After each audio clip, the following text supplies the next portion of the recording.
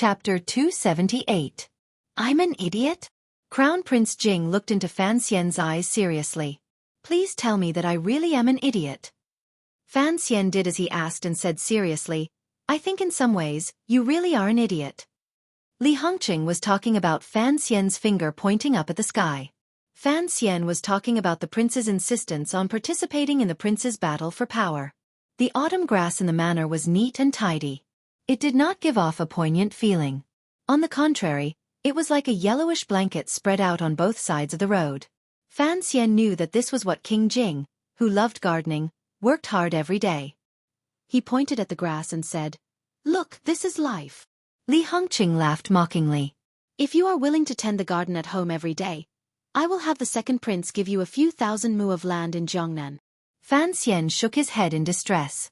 I told you, these recent events were not my idea. You didn't believe me. Li Hongqing had a warm and sunny face, but at this moment, he was shocked by this news until his brows gradually furrowed. If the recent movements in the court were not Fan Xian's viciousness, but the emperor's secret plans, then this matter could not be good. Was the emperor no longer as fond of the second prince as he was in the beginning? Fan Xian glanced at him. Of course, I have my own selfish motives. You should know that I have no good feelings toward the second prince. Li Hongqing furrowed his brows. Ever since you entered the capital, the second prince and I have been kind to you. Of course, we can't say we were wholeheartedly, but we were at least closer than we were to the Eastern Palace. Fan Xian laughed coldly and didn't say anything. The two of them walked side by side into the manor. They did not go straight to the back garden. King Jing's birthday banquet had not yet begun. Walking into the prince's secret study, Fan Xian sat by the table. There was a glimmer of coldness between his brows as he stared at Li Hongqing. The servant who had brought the tea had left, leaving only the two of them in the study. Polite? Having the imperial censorate act against me is polite? Li Hongqing was slightly startled. He smiled bitterly and said, The imperial censorate. That was my aunt's idea. You know why? Who told you to start investigating my aunt and the second prince as soon as you returned to the capital? Fan Xian did not bring up the matter of Nyolan Mountain. Instead, he shook his head and said, As I said earlier, I have my own selfish motives. You should also understand why I want to investigate the eldest princess and the second prince. All the money in the palace treasury has been taken by the two of them. You want me to take over an empty shell next year? Li Hongqing said, No matter what, you are the eldest princess son-in-law. She only has one girl, Warner. Would she really force you into a dead end? Let's take a step back. It's always good for everyone to live in peace. It's fine to take a step back. Fan Xian looked at him and said seriously, I'm just worried about you. I know that the reason you stand on the second prince's side is because you think that if he becomes emperor in the future, he will be more successful than the one in the Eastern Palace. His temperament seems gentle and kind, so you think that the manor will be more comfortable after he takes over. But have you ever thought that if he really becomes the emperor, won't he remember these things? Li Hongqing smiled and said, It's a good thing that it came from your mouth. Otherwise, others would think it was a clumsy attempt to sow discord. Fan Xian waved his hand and said, This is serious talk. Just treat it as me being meddlesome. In the spring, I told you by the Lujing River that you shouldn't get involved in these things.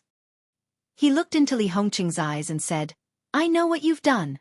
But because of your status as King Jing, even if you have thousands of women at your command, you don't have a single soldier. It's not that I'm being arrogant, but the power you have is less than mine. How can you travel among these princes as you wish? Without waiting for Li Hongqing's reply, Fan Xian stood up and said seriously, What I'm saying is actually a bit narcissistic. Perhaps you laugh at me in your heart, but since the emperor has already been moved, I don't think the second prince will have many good days in the future.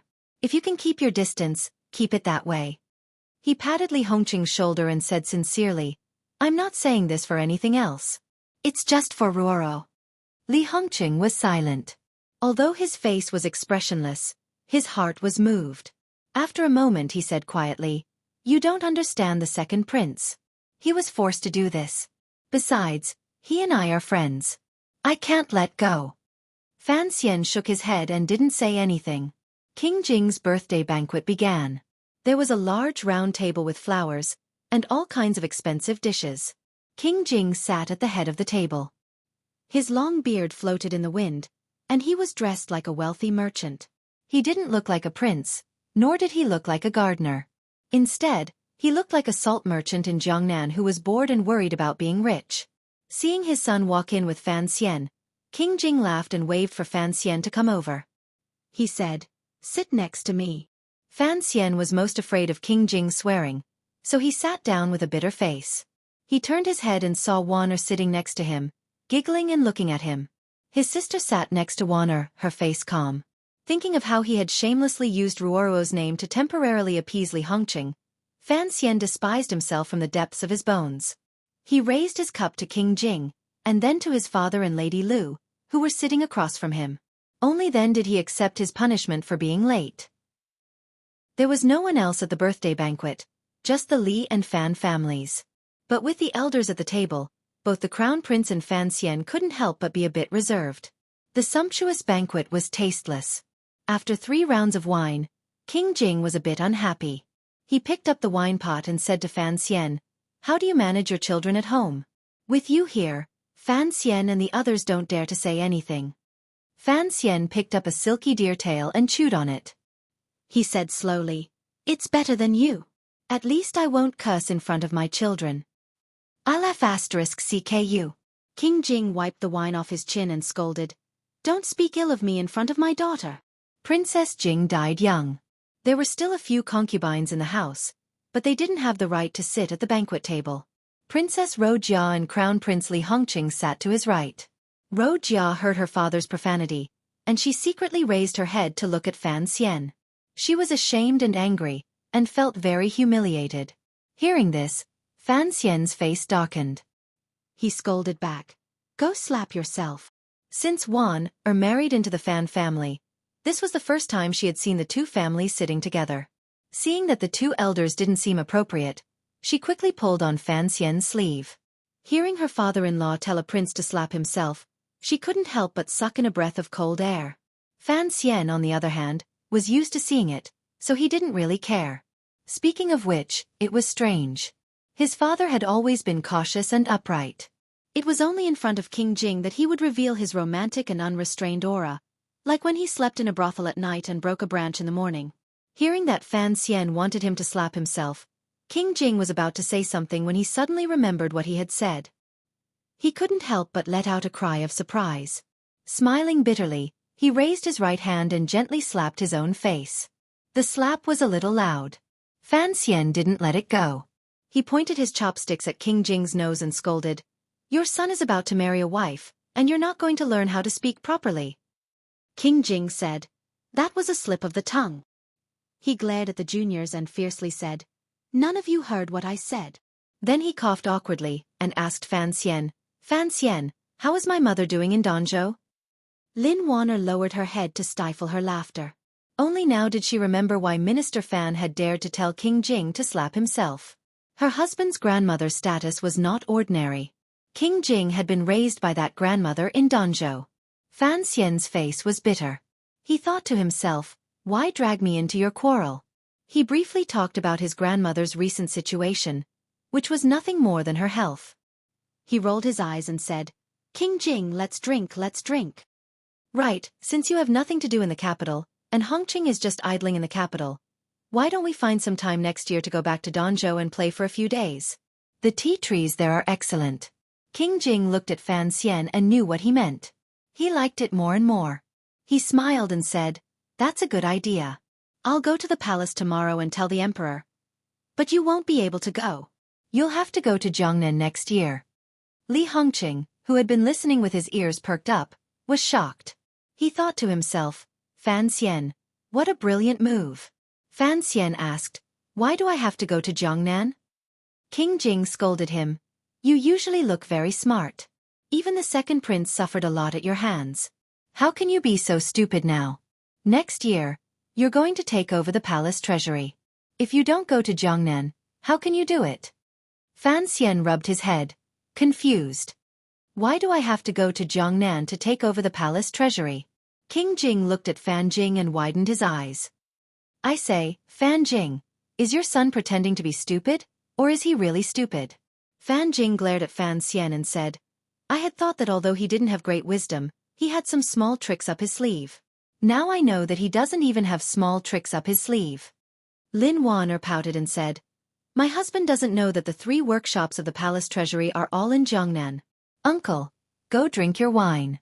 Why do you keep bringing up these boring things? King Jing almost choked. He laughed and scolded her. Girls are always extroverted. No matter what, I'm still your uncle. How can you keep talking about the Fan family after getting married? Lin Wan'er laughed. I see that you also love my husband. Why do you keep scolding me? Li Hongqing, who was sitting to the right, nodded and sighed. He looked at Fan Xian, who was sitting next to his father, and the way his father looked at Fan Xian with a smile in his eyes. His heart was filled with jealousy. Like the second prince, he was unhappy. Why did his father like Fan Xian so much? Whose father was he? The banquet went on until the end. A few of the younger generation toasted and gave their birthday wishes. This finally made King Jing happy, and his words became more and more absurd. One time, he said that after the marriage, the 2 families should quickly have a baby. The next time, he said that when Ro Jia was 2 years older, she should just marry Fan Xian to avoid letting someone else take advantage of her. Ruoruo grabbed her sleeves nervously, not daring to reply. Li Hongqing's expression was calm. There was a glimmer of affection in his eyes. He glanced at his fiancée a few times. Fan Xian was the most nervous. He quickly replied, Who is Ro Jia? How could she be my concubine? King, you've really drunk too much. Ro Jia glared at Brother Xian with hidden bitterness. King Jing was drunk. He scolded, The capital is full of bastards. How can I be at ease if they marry someone else? Who are they? Aren't they my daughters? Are they not good enough for you? He turned his head to Wan'er. Chen, do you have any objections? Lin Wan'er smiled. I don't have any objections. As long as you can persuade the Empress Dowager, this matter is settled. As soon as King Jing heard the word Empress Dowager, he sobered up. He remembered that his mother would not allow Fan Xian to marry both of his granddaughters at the same time. He couldn't help but curse. We have to think of something. Ro Jia's temperament is too weak. Damn it, not marrying Fan Xian? Wouldn't that be giving Zikong to the woman in the north? It's not worth it. Not worth it. Fan Xian is so beautiful. It's not worth it to let the tigress in the north take advantage. He looked at Fan Jing in a drunken manner. What is the name of the woman in the north? Fan Jing had obviously drunk too much. He hiccuped and spoke with a hint of pride. Haitang. She is a saintess in the north. She is the last disciple of Imperial Advisor Ku He. I don't know why she has taken a fancy to my good-for-nothing son. Although he said good-for-nothing, it was clear that the old man was very proud of himself. As soon as he said this, everyone at the table began to laugh. Even Lady Lu, who had been silent all this time, couldn't help but cover her mouth. Fan Xizha and Li Hongqing laughed the most. Fan Xian was the saddest person at the table. He had not expected his father to be so unrestrained after getting drunk. He had also not expected his father to remember Haitong's name. Fan Xian felt a slight pain in his forearm, but his expression did not change. He gently grabbed Wan'er's hand and raised his cup with his left hand. He smiled warmly. Drink, drink. There was another burst of laughter at the table. Even Ruoruo, who had been inexplicably uneasy, began to laugh. That Haitang. King Jing suddenly spoke. I'm afraid she is no longer Ku He's last disciple.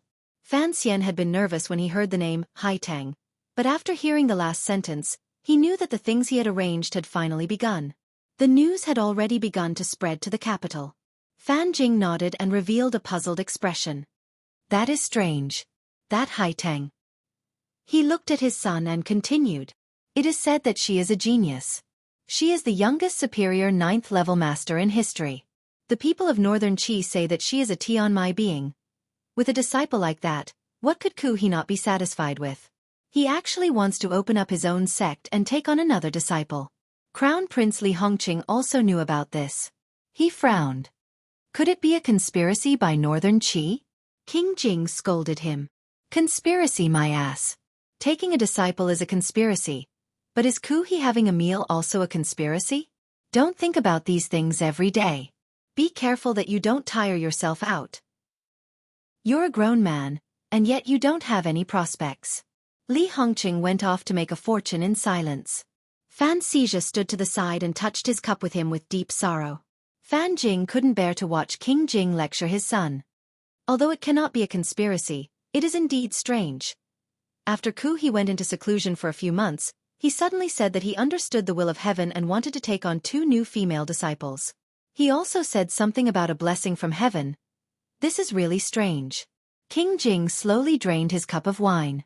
With a serious expression he said, "The 4 great grandmasters are the top figures in the world.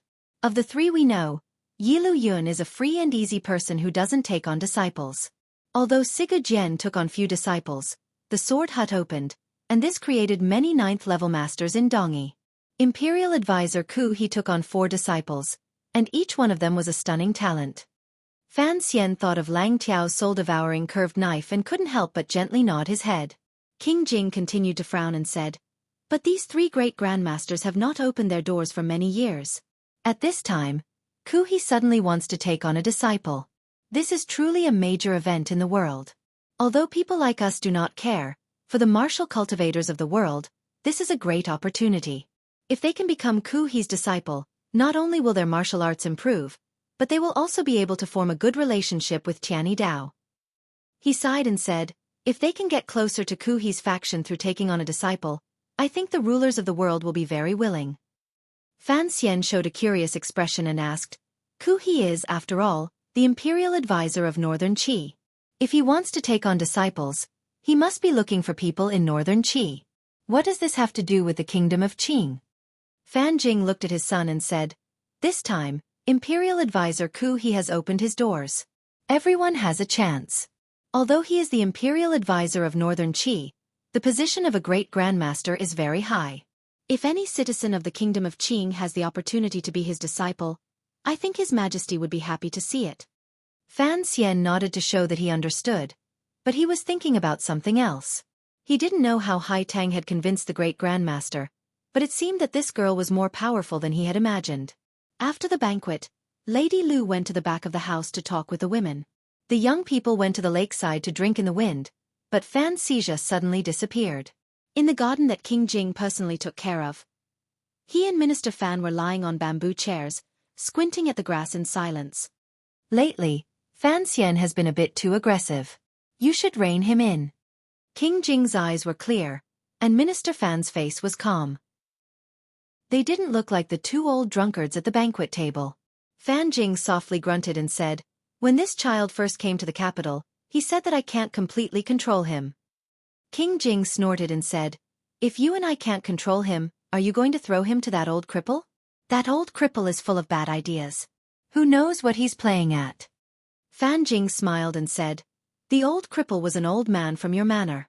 Otherwise, why would His Majesty trust him so much?" King Jing laughed coldly and said, "You guys can do whatever you want. After that matter, my heart will be in peace." He then closed his eyes and said, "Fan Xian, this child, has a good heart. I only worry that His Majesty has squeezed him too much, and that it will be difficult to deal with him in the future." Fan Jing sighed and said, "You also know that I have no say in this matter." King Jing shook his head and sighed. "Let these kids play. My brother probably likes to watch this kind of drama." Chapter 279. The sound of mahjong could be heard in the distance. The 2 old men looked at each other and shook their heads. Fan Xian is right. The second prince doesn't stand a chance. Most people in the court don't see it clearly.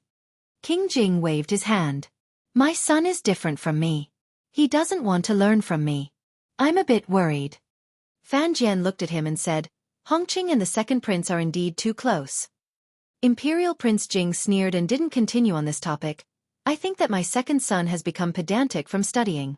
Ck him. Wan Er's mother is a crazy woman. How could he not get into trouble with her? My son is also an idiot. Ck him." Fan Jian smiled. "You can't F*ck the second prince's mother. Lady Xu is the emperor's woman. As for the crown prince's mother, you can F*ck her. I won't stop you." King Jing laughed out loud and scolded, "Hongqing's mother has been dead for so many years, but I guess she's waiting for me in the underworld. You old man, you're finally willing to talk dirty.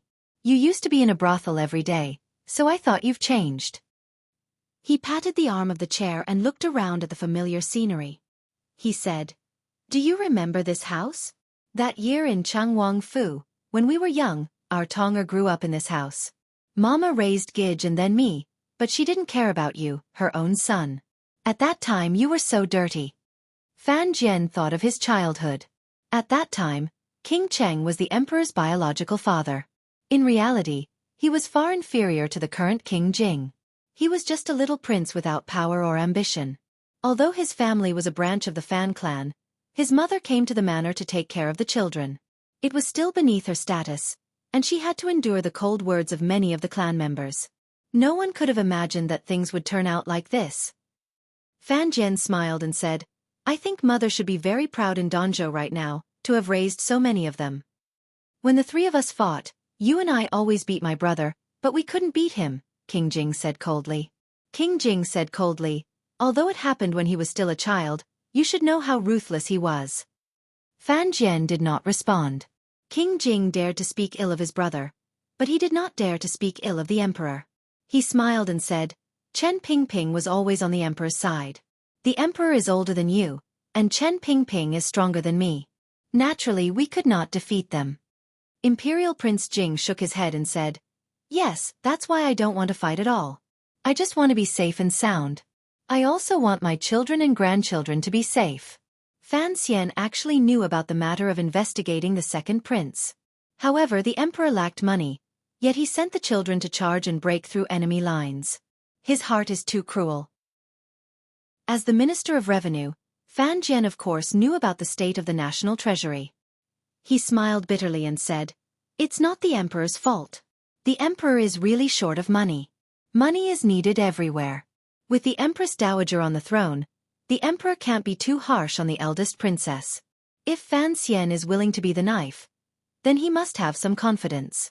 Although Chen Pingping's temper is becoming more and more strange, he won't let Fan Xian suffer. Let's not worry about this." King Jing looked at him. After a while, he breathed heavily and said, "You're still the same as before. You bury all your thoughts. You don't even want to tell me the truth." Fan Jian smiled and didn't say anything. After King Jing's birthday banquet ended, the Fan family took a few carriages back to the manor. Fan Xian led his wife and sister to his own manor. He was a little annoyed. Where did he go this time? As sisters-in-law and sisters, can't you keep an eye on him? Lin Warner stuck out her tongue. She was willing to play mahjong with Fan Xija, but to keep an eye on a child? She hadn't completely gotten rid of her childishness. But hearing Fan Xian's words, she couldn't help but touch her belly. It had been so long. Why hadn't there been any movement? Ruorua was younger than Warner by 2 months, but her temperament was calmer. She had always been in charge of Fan Xija's discipline. But a few months ago, when the palace announced that they were going to marry, her heart began to race. She was so nervous that she began to prepare to run away. Hearing her brother's tone of voice, she knew that he was talking about her. She felt wronged and said, "I know." Fan Xian also felt that his temper was unreasonable. There was no reason for a 16-year-old girl to be a nanny every day. He quickly comforted her. "Don't be angry. I'm just saying." The three of them entered the room, and the servant girl hurriedly brought them tea. Fan Xian picked a small white porcelain cup and drank it. He asked curiously, "Where are Xueqi and Xueqi?" Warner smiled. "They went with us to the manor. We should let them rest first." Fan Xian smiled. She's a servant girl after all.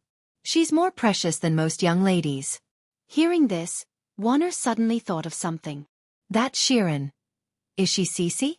she asked innocently. Fan Xian spat out a mouthful of tea and waved his hand. "What are you talking about?" Ruoruo frowned and thought, "Xueqi's temperament is like Qingwen's. She's very likable." Fan Xian was silent.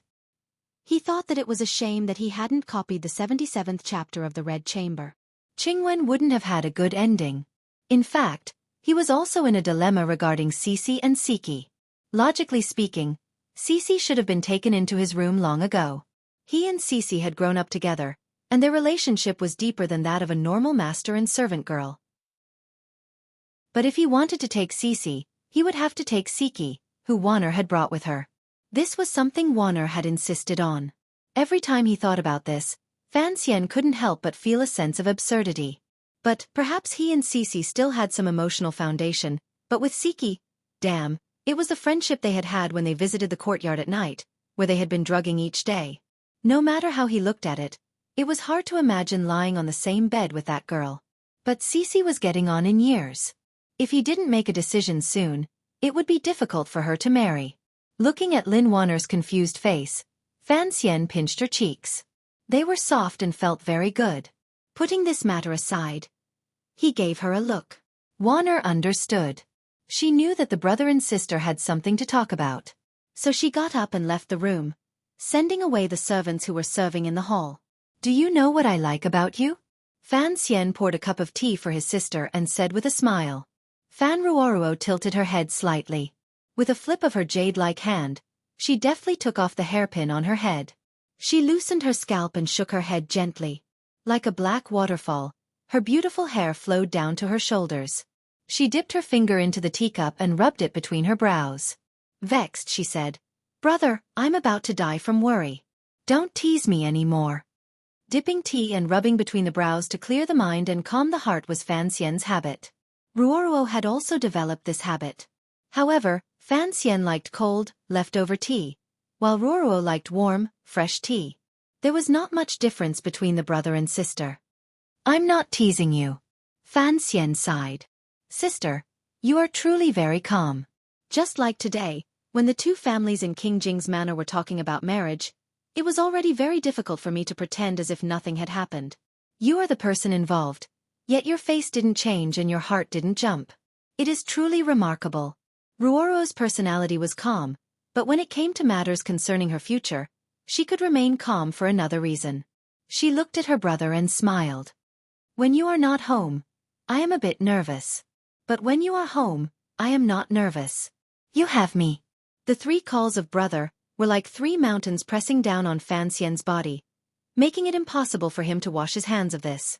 Fanxian frowned and said, His Majesty appointed the marriage, His Highness is happy, and Father is happy. Although the Crown Prince is a bit of a playboy, he is still the most outstanding young man in the capital. It will not be easy to cancel this marriage. Sister, you trust me so much. It makes me feel a bit pressured. Ruoruo pursed her lips and said, In any case, I will listen to you. Fanxian thought for a moment, then said seriously, You should remember Sea Lily, right? Fan Ruoruo looked at her brother's expression and nodded with some surprise. The woman who wanted to kill you. Fanxian smiled. Correct. I always felt that she was different from the women of this world. Regardless of whether what she did was right or wrong, at least she dared to think what she wanted and do what she wanted to do. On the day we left Shangjing, I asked her why. Sea Lily said that perhaps it was because her family had been destroyed since she was young, and she had no choice but to flee the world. She wandered from place to place, so she had traveled more and experienced more than the average woman of this world.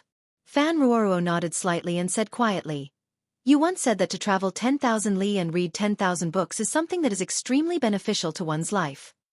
Correct. This is also why I am willing to go to Northern Qi. But reading can be done at any time. Fanxian looked at his sister's warm and pure eyes and said gently, But to walk the world, to see a different scenery in life, is extremely rare. Especially for the young ladies of the capital's official manners. Fan Ruoruo laughed slightly at herself. Other than living in Danzhou for a year when I was young, the furthest I have traveled in my life is the Tsang Mountains. Like Wudu, the people of Northern Qi, the scenery of the meadow, I naturally have no luck to see it. Do you want to see it? Fan Ruoruo hesitated for a moment, then nodded heavily. As she grew up, Fanxian's deceitful teachings had been at work, so she was very different from the other daughters of government officials. Every time she thought of the world and the various forms of life that her brother had once described, her heart would stir a little. The women of the kingdom of Qing might be able to wander around the capital before they were married, but after they were married, they were locked up in their manors. Even if they wanted to go out, they were not free.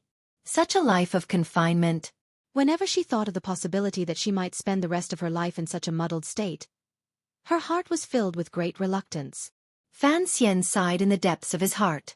Since he had opened a window in his sister's heart since they were young and let her see the scenery outside, he had the responsibility to help her open a door and help her walk out. "Before you marry the crown prince, I will think of a way to send you away," Fan Xian said with narrowed eyes. Fan Xian narrowed his eyes and said, "Everything is going according to plan. Seeing King Jing's and my father's reactions today, I know that this matter is indeed feasible and not as impossible as I originally thought." Ruoruo was a talented girl in the capital and was exceptionally intelligent. She immediately guessed her brother's intentions. She said with great astonishment, "Could it be that you want me to become a disciple of Xueqi?" Fan Xian gently patted her head. His hair floated gently. He smiled and said, "Have you finally come to your senses?" Ruoro's mouth opened wide. Her face was full of disbelief and shock. She muttered to herself for a moment before organizing her words. "How is this possible? Why is it not possible?" Fan Xian raised his eyebrows. Xueqi opening the mountain to accept a disciple. How big of a deal is that? Since he used the move of sending auspicious signs from heaven, it is not limited by territory. My sister is a famous talented girl. Becoming his disciple is giving him face. How could he not accept her? Ruoro knew this was a naughty joke. She lowered her head and said, "I don't know martial arts." "All paths are interlinked," Fan Xian encouraged her. "You are a talented girl. Not only can you write poetry, but you can also learn to fight quickly. Xueqi is a great grandmaster of Tianyi Dao. Of course he understands this." Fan Ruoruo suddenly raised her head and looked at him with a not quite there smile. "What about the auspicious signs from heaven?" Fan Xian smiled and shook his head. "Leave this matter to me. There is no such thing as auspicious signs in the world. In a few days, I will catch a fish in the kitchen at home and put a note in it." Fan Ruoro's face still carried that faint smile. She asked, "This matter? I'm afraid you planned it in advance?" Fan Xian paused. A moment later, he smiled bitterly and said, "I won't hide it from you. When I was in northern Qi, I began to arrange this matter. I just thought that if you were willing to marry Hongqing, then there would be no need to continue. If you were not willing, then I had to do it this way." Northern Qi. Fan Ruoruo looked at him with a smile. "It seems that the relationship between Haitang and you is indeed good." Fan Xian could no longer explain this matter. To be able to make a great grandmaster open the mountain to accept a disciple, this relationship was too shallow. Of course it could not be done. It was just that Fan Xian had paid a great price for this matter. Otherwise, how could he have made a great grandmaster act with him? But he did not want his sister to worry, so he did not say it clearly. "Do you want to go to northern Qi to study and travel?"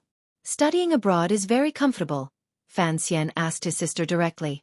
Fan Ruoruo lowered her head and thought for a long time. It seemed that she was considering something important. She still did not nod. Chapter 280. After a while, Ruoruo raised her head. Bulu was speechless. "But what about father?" Fan Xian frowned. "I'll be filial in the capital. You can play for 2 years. But, can you really break off the engagement like this?" Fan Ruoruo still didn't believe it. Xueqi's reputation is much greater than that of the Emperor of Northern Qi. Fan Xian smiled. Even the Emperor of the Kingdom of Qing will give him some face. Besides, if you become Xueqi's disciple, you'll only delay the engagement for 2 years. It'll be easier to explain to King Jing's manner. Fan Ruoruo shook her head. "It can't be that simple." Fan Xian bit his thin lip, feeling a headache coming on. Of course, he couldn't tell his sister about the crown prince and the politics of the court. She was cold on the outside, but warm on the inside. Once she heard that he was going to do so much for her breaking off the engagement, he was afraid that she would grit her teeth and marry him. "The thing is, you're only 16. Fan Xian said righteously. 16, a little girl hasn't even matured yet, and you're getting married? This is blatant persecution." Fan Ruoro's face went from snow white to bright red. She was so embarrassed that she punched him. "How can a brother say that?" She mumbled for a while and then bravely retorted, "Besides, when my sister-in-law married you, she wasn't even 16 yet, right?" Fan Xian's eyes rolled back, and he almost fainted. "Brother, actually, if I could really leave the capital and see the world, I would be very happy." Fan Ruoro's eyes were filled with the longing for freedom. It's just, when I think of leaving your side, I feel a bit panicked and afraid. Fan Xian smiled. Silly child, before everyone learns to be truly independent, they will always be afraid, just like when we first learned to walk. Fan Ruoro covered her mouth and laughed. Really? But I heard people in Danzhou say that when you were young, you learned to walk faster than anyone else. And as soon as you learned to walk, you started running everywhere. You weren't afraid at all. Fan Xian thought to himself, I'm a freak. Normal people can't learn. All right, I'm just asking for your opinion. Since you're willing, leave this matter to me. Fan Xian stroked his sister's head and said with concern, I will take care of it. You are the one and only Fan Xian's sister. Of course, you will become the one and only woman in this world. Fan Ruoro was touched and nodded, but she did not agree to anything. Suddenly, she thought of Great Grandmaster Ku, he taking her as a disciple, and thought of Haitang. She thought of how her brother and that girl seemed to have something. She couldn't help but snicker. She rose to leave and said, Sister-in-law has something to give you. I'll call her in. Fan Xian paused and watched as his sister's figure disappeared through the door. Fan Ruoro walked in the spacious and quiet back garden. She couldn't help but raise her head to look at the sky. The thick clouds in the sky were gently pushed to the east by the wind, revealing a light gray sky and a gray sun that seemed to have grown burrs. It made people feel a little uncomfortable. She stretched out her hand and stroked the top of the holly trees in the back garden. She thought of the possibility of going to a foreign country next year. She would be able to get rid of the sticky air of the capital. She would be able to get rid of the boring poetry meetings of the noble ladies. She would be able to get rid of that unimaginable marriage. There was a burst of joy in her heart, and then there was a sudden feeling of emptiness. The girl's fingers unconsciously tightened, but they were scraped by the thorns of the leaves. It hurt slightly. She remembered that her teacher had told her to treasure her hands, and so she pulled them back like lightning. She thought to herself, whether or not to go to the north, I'll wait for my teacher to come back and ask him. What were you and Ruoro talking about? Warner watched as her sister-in-law walked away. She quietly walked into the room and asked mysteriously. Fan Xian replied mysteriously. I can't say. Warner was annoyed. She sat in front of the dressing table, picked up a comb, and began to comb her hair. Fan Xian smiled and walked up to her. He took the comb and began to comb her hair. The wooden teeth of the comb slid through his wife's hair without any hindrance. It was very smooth. Fan Xian was surprised. You and my sister both have good hair. Warner giggled. It's all thanks to the set of tools you made in Danzhou. It's convenient to wash hair, and naturally, it takes care of it well. Fan Xian didn't believe her. He moved closer to smell it, and found that it was indeed a light fragrance. There was no smell. Warner was annoyed. She pretended to hit him. I can see that you don't put your heart into it when you're close to me. Fan Xian stood behind her. He looked at his wife's body. Through the slightly open collar, he saw a touch of white and tender skin. His heart skipped a beat. He teased, you don't have to put your heart into it. You can also use your eyes. Lin Warner understood what her husband meant. She tied up her collar in embarrassment. She didn't dress casually at home, but she didn't expect her perverted husband to be so clever as to occupy the best location. Fan Xian held his wife in his arms and deeply breathed in her scent. He buried his face in the softness of her chest and took a few deep breaths. Recently, I've been feeling like I've been longing for something, but I haven't been able to find the source. Lin Warner thought he was talking about something embarrassing. She spat and tried to struggle out of his embrace, but she couldn't move his iron-like arms. Fan Xian giggled. Don't throw a tantrum. I can't tell you what I said to my sister right now. You'll find out in the future. Lin Warner's eyes widened with curiosity. So cautious? Fan Xian grimaced. More like the world's greatest mischief. He remembered what his sister had said earlier. He couldn't help but ask curiously, my sister said you had something for me. What is it? Lin Warner gritted her teeth. That little traitor. I wanted to see how you were doing lately before deciding whether or not to give it to you. Fan Xian chuckled. On the contrary, it was for me. Please, Your Highness, bestow it to me. Lin Warner pouted her chubby lips. I'm not giving it to you. An evil smile gradually rose on Fan Xian's face. His hands groped around her soft and fleshy waist, pulling, twisting, and kneading. After a panicked scream, Warner finally gave up. Panting, she took out something from her bosom and threw it at Fan Xian's face. "Here you go, put me down." A wave of fragrance hit his face. A handkerchief covered his face. Fan Xian unconsciously loosened his hands and pulled it down to take a look. He was stunned. It was an embroidered handkerchief. On it was a pair of mandarin ducks swimming in the blue waves. The cloth was good cloth. This was a tribute from the palace. It was a world-class product woven in Jiangnan. The thread was good thread. Regardless of whether it was gold, yellow, red, or green, the quality of the thread could be seen. Presumably, it was a product chosen by the Suzhou government. The intention was also good. The mandarin ducks were in pairs, and the blue waves rippled. On the water, there was a branch of peach blossoms with 2 or 3 pink flowers. Only, this needlework was really not very good. He could only see the stitches jumping back and forth. Next to the thread were densely packed little holes. It was clear that the embroiderer had used countless stitches. Even so, the embroidered lines were still crooked and twisted. There was no sense of smoothness. This pair of mandarin ducks, which should have been peaceful, had been embroidered into a funny-looking waterbird. The pink peach blossoms had been embroidered into a postmodern deconstructionist color ball. Fan Xian's eyes widened. He looked at the embroidered handkerchief. The blue waves were actually just a few lines of water. The embroidery was not bad. But why was it yellow thread? Was it embroidered with a yellow river waterbird ball? Enduring and enduring, Fan Xian looked again and again. Finally, he couldn't help but burst into a series of laughter. The laughter spread throughout the entire manor. Warner, who knew her place, had long hidden in shame in her sister-in-law's room. But hearing this humiliating laughter, she was emboldened. Gathering her courage, she strode back into the room. With her hands on her hips, she extended her orchid fingers, pointed at Fan Xian's nose, and scolded, "You're not allowed to laugh." Fan Xian looked at his wife's puffed-up cheeks and laughed uncontrollably. He quickly covered his mouth with one hand and covered his stomach with the other, rocking back and forth in the chair like a roly-poly doll. Lin Warner was embarrassed, angry, and wanted to laugh. She rushed forward and tried to snatch the embroidered handkerchief from Fan Xian's hand. Fan Xian was not willing to give it to her. He grabbed it and put it back into his bosom.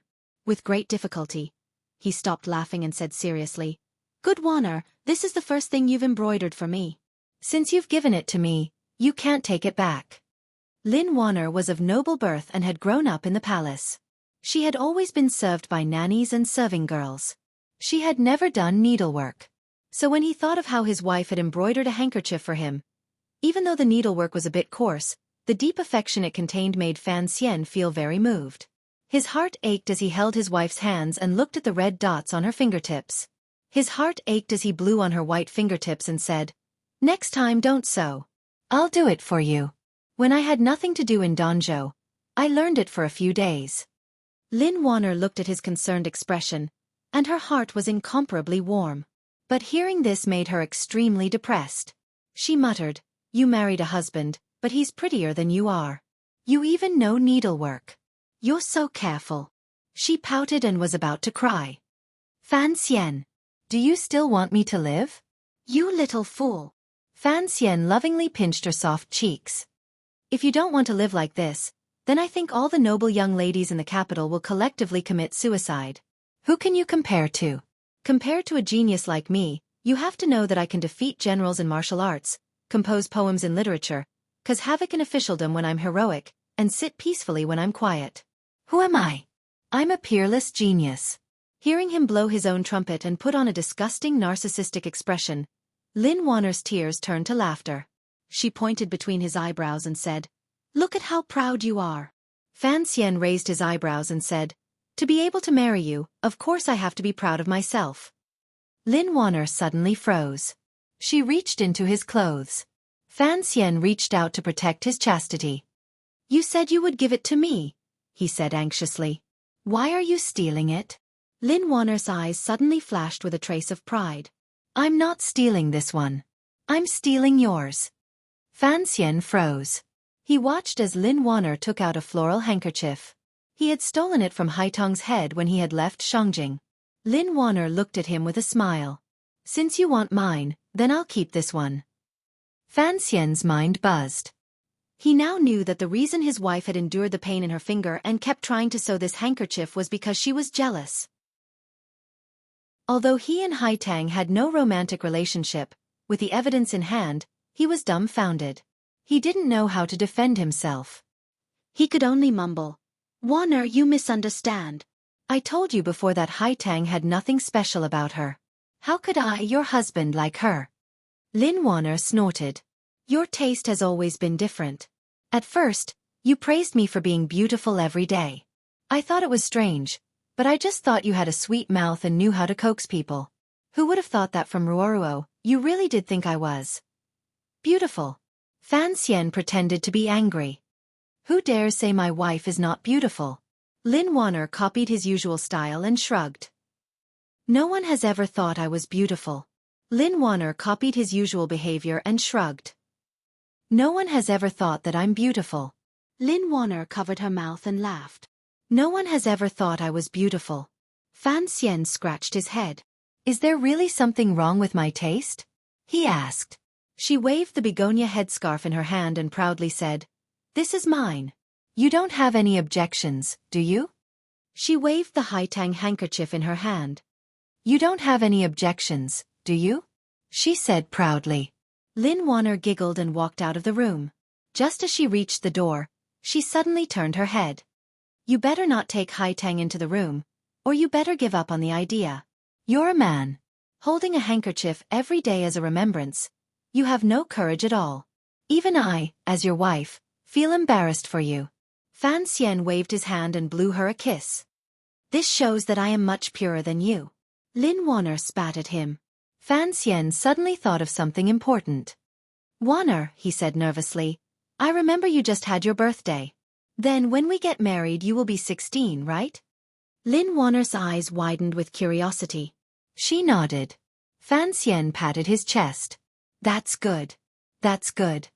The next day, outside Fan Manor, in the carriage. Sir, where are we going?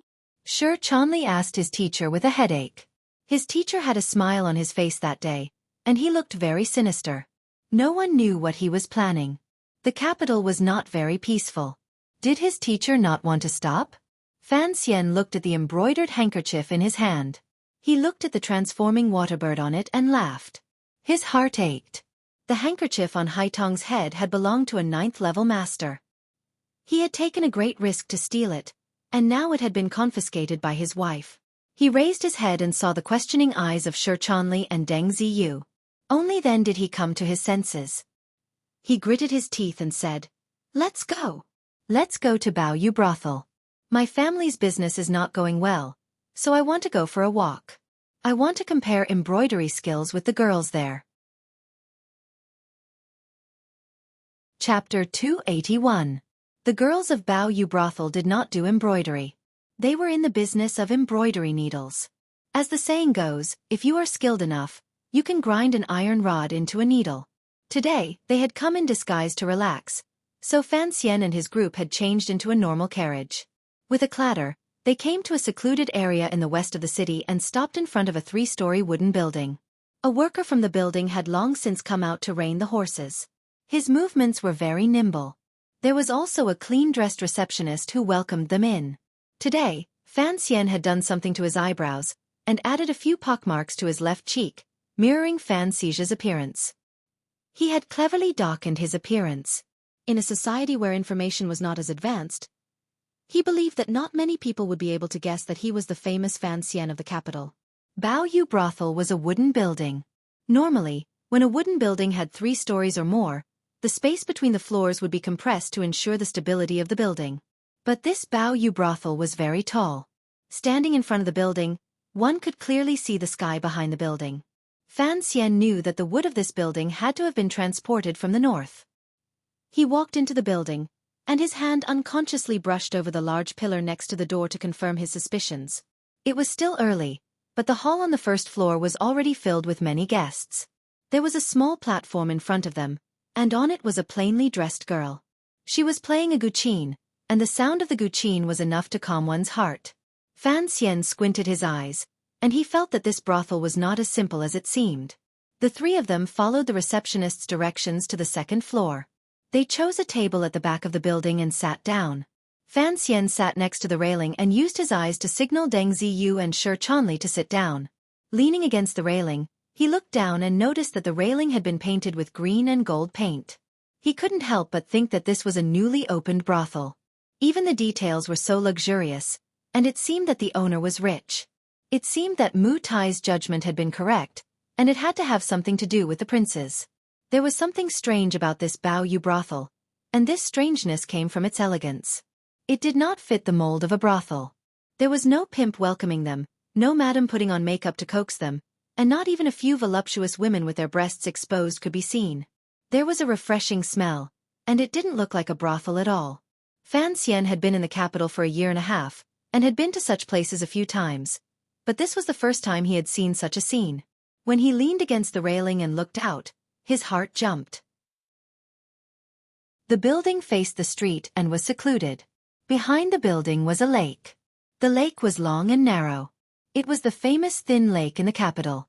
The few of them sat by the railing, feeling the cool autumn breeze gently blowing over the lake. It was an indescribable feeling of comfort. Fan Xian could not help but pat the railing and squint his eyes. Behind the Baoyue brothel, there were many small, independent courtyards. They were hidden among the autumn trees, and occasionally, the walls were white and gray. It was very elegant, but his eyes were very sharp. He had already noticed the sewage drain behind one of the courtyards. It was faintly dyed red, and he knew that there were many girls living there. It looked like the front of the Baoyue brothel was just a restaurant to welcome customers. It was like visiting a famous mountain. There needed to be fog in front of the mountain in order to arouse the curiosity of the tourists. The three-story wooden building of the Baoyue brothel was like the fog in front of a famous mountain. It hid the small courtyards behind it, and it was the best way to arouse the desire of the customers. The owner of this brothel was very smart. If he was someone who could be bought, and did not have the lives of the prostitutes on his hands, Fan Xian might have been interested in hiring him to manage the palace treasury. But when it came to the business of a brothel, Fan Xian had a very pure attitude. A customer was a customer, and a prostitute was a prostitute. One gave money, and the other gave flesh. Even if the streaky pork was wrapped in 300 poems, it would not be able to erase the essence of the business. He only took a few glances at the courtyard by the lake and could not help but shake his head. This soft Saber Mountain manor most likely earned a lot of money in a day. There was another thought that was somewhat dreary. He always seemed to be thinking, under the soil of those elegant courtyards, were there the skeletons of some weak women? While he was lost in thought, Xueqi had already ordered a few dishes. The service of the Baoyue brothel was excellent. Not long after, two servants, who looked 13 or 14 years old, came over with plates of food. They gently placed the delicate porcelain plates on the table without making a sound. They were indeed well trained. The dishes on the plates were very tempting. A dish of camellia shrimp gave off a light fragrance, and a few yellow and translucent oil quietly floated on a small bowl of chicken soup with shredded noodles. There was also a home-style beef soaked in oil with shredded green onions 3 fingers wide. There were also a few small dishes that went well with the wine. The handsome servants poured wine for the three of them, and Xueqi waved his hand to dismiss them. Fan Xian smiled and looked at him. He admired this student's natural and easygoing manner, for he dared to make decisions in front of him. The wooden spoon moved slightly in the chicken soup, and the aroma that had been hiding under the soup suddenly came out. Even Fan Xian could not help but be a little surprised. He took the bowl that Xueqi handed over and tasted it. He could not help but praise it. Today, Fan Xian used the pseudonym Mr. Chen, which was chosen by Chen Pingping. At the table, the three of them were like normal friends, enjoying the scenery and the food. They drank and chatted, and only talked about interesting things in the capital. Deng Ziyu was the person in charge of the Qinian unit, and he was worried about the commissioner's safety. In a place like this, where he did not know if he was friend or foe, he was a little nervous. But under the pressure of the wine and Fan Xian's stern gaze, he relaxed a little. After 3 rounds of wine, Xueqi could not help but frown. He lowered his voice and asked, "Mr. Chen, what are we doing here today?" Fan Xian laughed and said, "Of course, we are here to try out the most luxurious things in the capital." After making sure that no one was eavesdropping, he quietly said, "Mu Tai told me about this place, so of course he had his reasons. But he did not dare to say it, so I thought there must be a reason for it. Every now and then, I come to take a look." Xueqi shook his head and gave a wry smile. He said, "Although I feel sorry for the women in this brothel, the life of a prostitute is common, and the law of the Qing kingdom allows it. Why would you place yourself in danger?" Fan Xian used his chopsticks to pick up a thin slice of beef and placed it in his mouth. He slowly chewed and smiled. "This Baoyue brothel has taken the lives of 4 women in a single month. Their cruelty is something that even I cannot compare to. I am here to learn from them." Xueqi frowned and said, "Criminal cases are handled by the capital's magistrate. The Overwatch Council is only responsible for the officers of the Overwatch Council. They do not have the power to interfere. I think you have other ideas." Deng Ziyu drank some wine and became a little braver. He said, "We are investigating the capital's magistrate for failing to do his job. And..." He looked at Fan Xian, and after receiving his permission, he lowered his voice and said, "The true owner of this Baoyue brothel is something the Overwatch Council has not been able to find out. That is why they feel it is strange." Xueqi was shocked. The Overwatch Council had spies all over the capital, and they had spies in every manner. They had many eyes and ears, and their power was astonishing. It only took a month for the Overwatch Council to uncover the relationship between the second prince and Xinyang. On the surface, the Baoyue brothel was just a brothel, and yet the Overwatch Council could not find out who its true owner was. He thought to himself that there was only one possibility. The owner of this brothel had something to do with. Fan Xian knew he understood what he meant. He smiled and said, "This owner is a problem for the 8 bureaus. It looks like someone in the council is covering for him." The most powerful thing about the Overwatch Council was its professionalism and its complex, systematic organization. It was difficult for the council to have any major loopholes. The appearance of Zhu Gu in the first bureau was enough to shock everyone who knew the truth. Zhu Gu had only been dead for 2 days, and now there was someone in the Overwatch Council working for the princes. This was what Fan Xian was most worried about. He was the commissioner of the Overwatch Council. How could he allow someone to do as they pleased in his territory? So today, he had to come and take a look at this Baoyue brothel. He wanted to see who was secretly putting their chopsticks into his bowl, and he wanted to take a look at the boring lives of his subordinates. Then what should I do? Although Xueqi had a calm temperament, he was still a scholar. This was the first time he had done something so dangerous, and he looked nervous.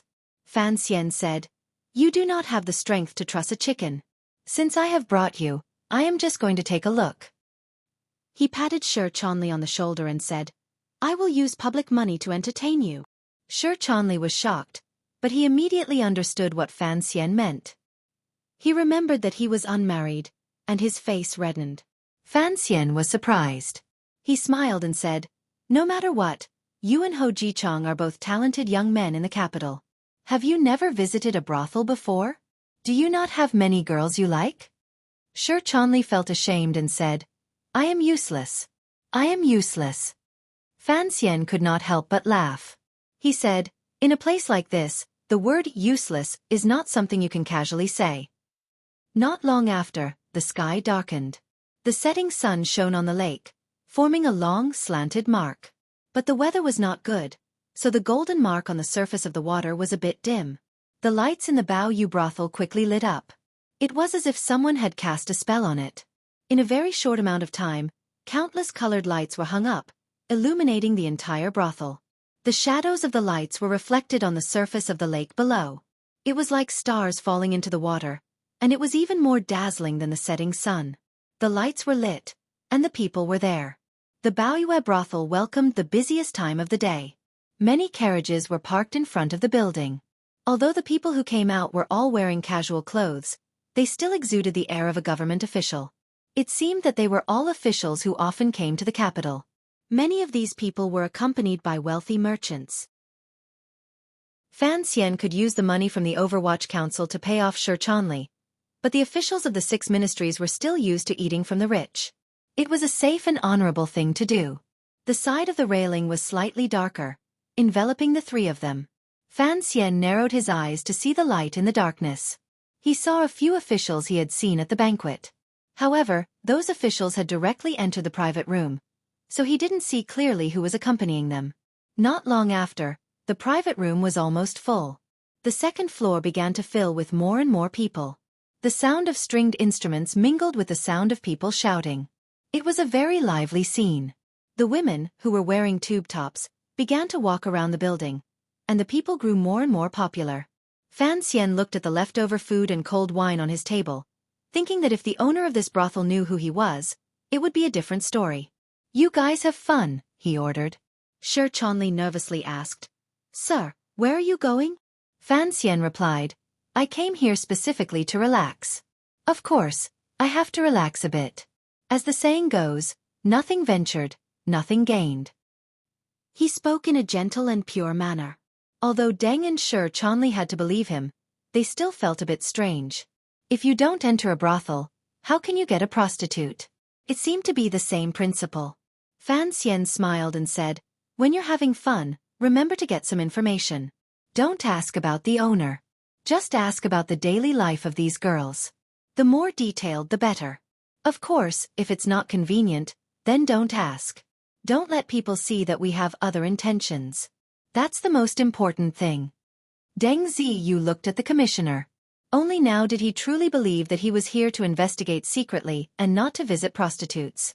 But such a small matter as getting information out of someone like him did not seem like it was the place for an official of his level to do it, much less for the commissioner to come. At this time, the lamps in the small courtyards by the lake had been lit one by one, blooming with kumquats. Deng Ziyu stood up and waved his hand to summon a servant, saying, "Make the arrangements for our master." The servant extended his hand to receive the gold, which was as thick as a finger, and felt it sink. He was shocked to find out that these three were wealthy guests. He did not dare to neglect them, and hurriedly informed the receptionist. The receptionist hurried over and, with a soft and gentle tone, expressed his apologies for the poor reception he had received earlier. He then led the three down the stairs, carefully supporting them as they walked. Along the way, he spoke eloquently, as if he wanted to find out where these three wealthy guests had come from. Fan Xian did not pay attention to him, and continued to walk forward with his hands behind his back. Xueqi laughed and chatted with the receptionist, saying that he was a scholar from Jiangnan who had come to visit the brothel. This was his first time entering the brothel, and he did not know what sort of entertainment this place had.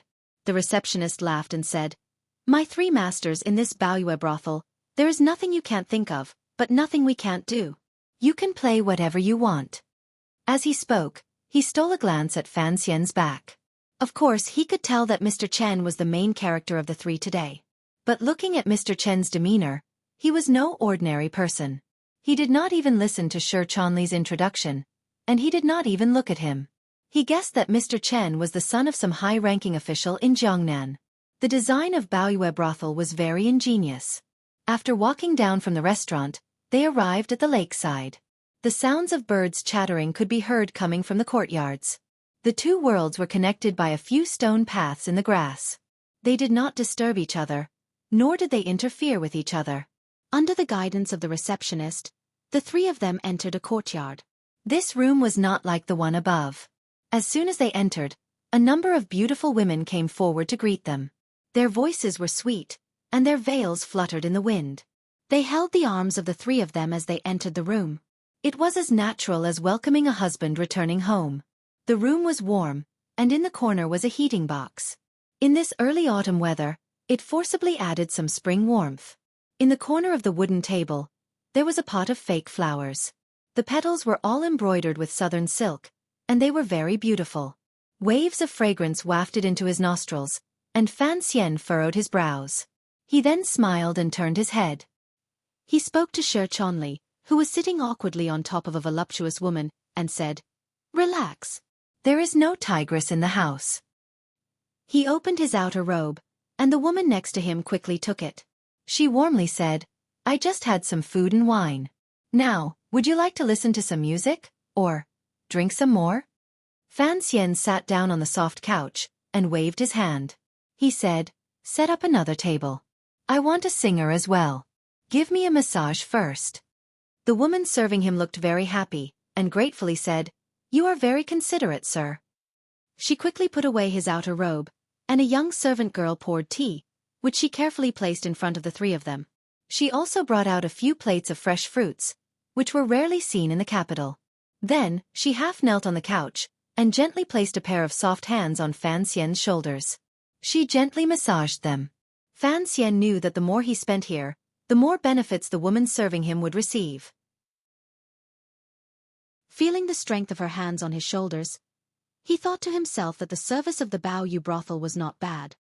He then looked at Shi Chonli, who was still fidgeting, and Deng Ziyu, whose face was as serious as if he was still in the middle of a correction. He couldn't help but curse them in his heart. One look and he could tell that these two were inexperienced, and they were a disgrace to the Overwatch Council and himself. The woman behind him, who was massaging Fan Xian's shoulders, lowered herself lower and lower, and two soft breasts pressed against Fan Xian's back. Fan Xian suddenly realized that he had not asked for her name. He had not even taken a good look at her face. For some reason, he was surprised at how calm and heartless he was.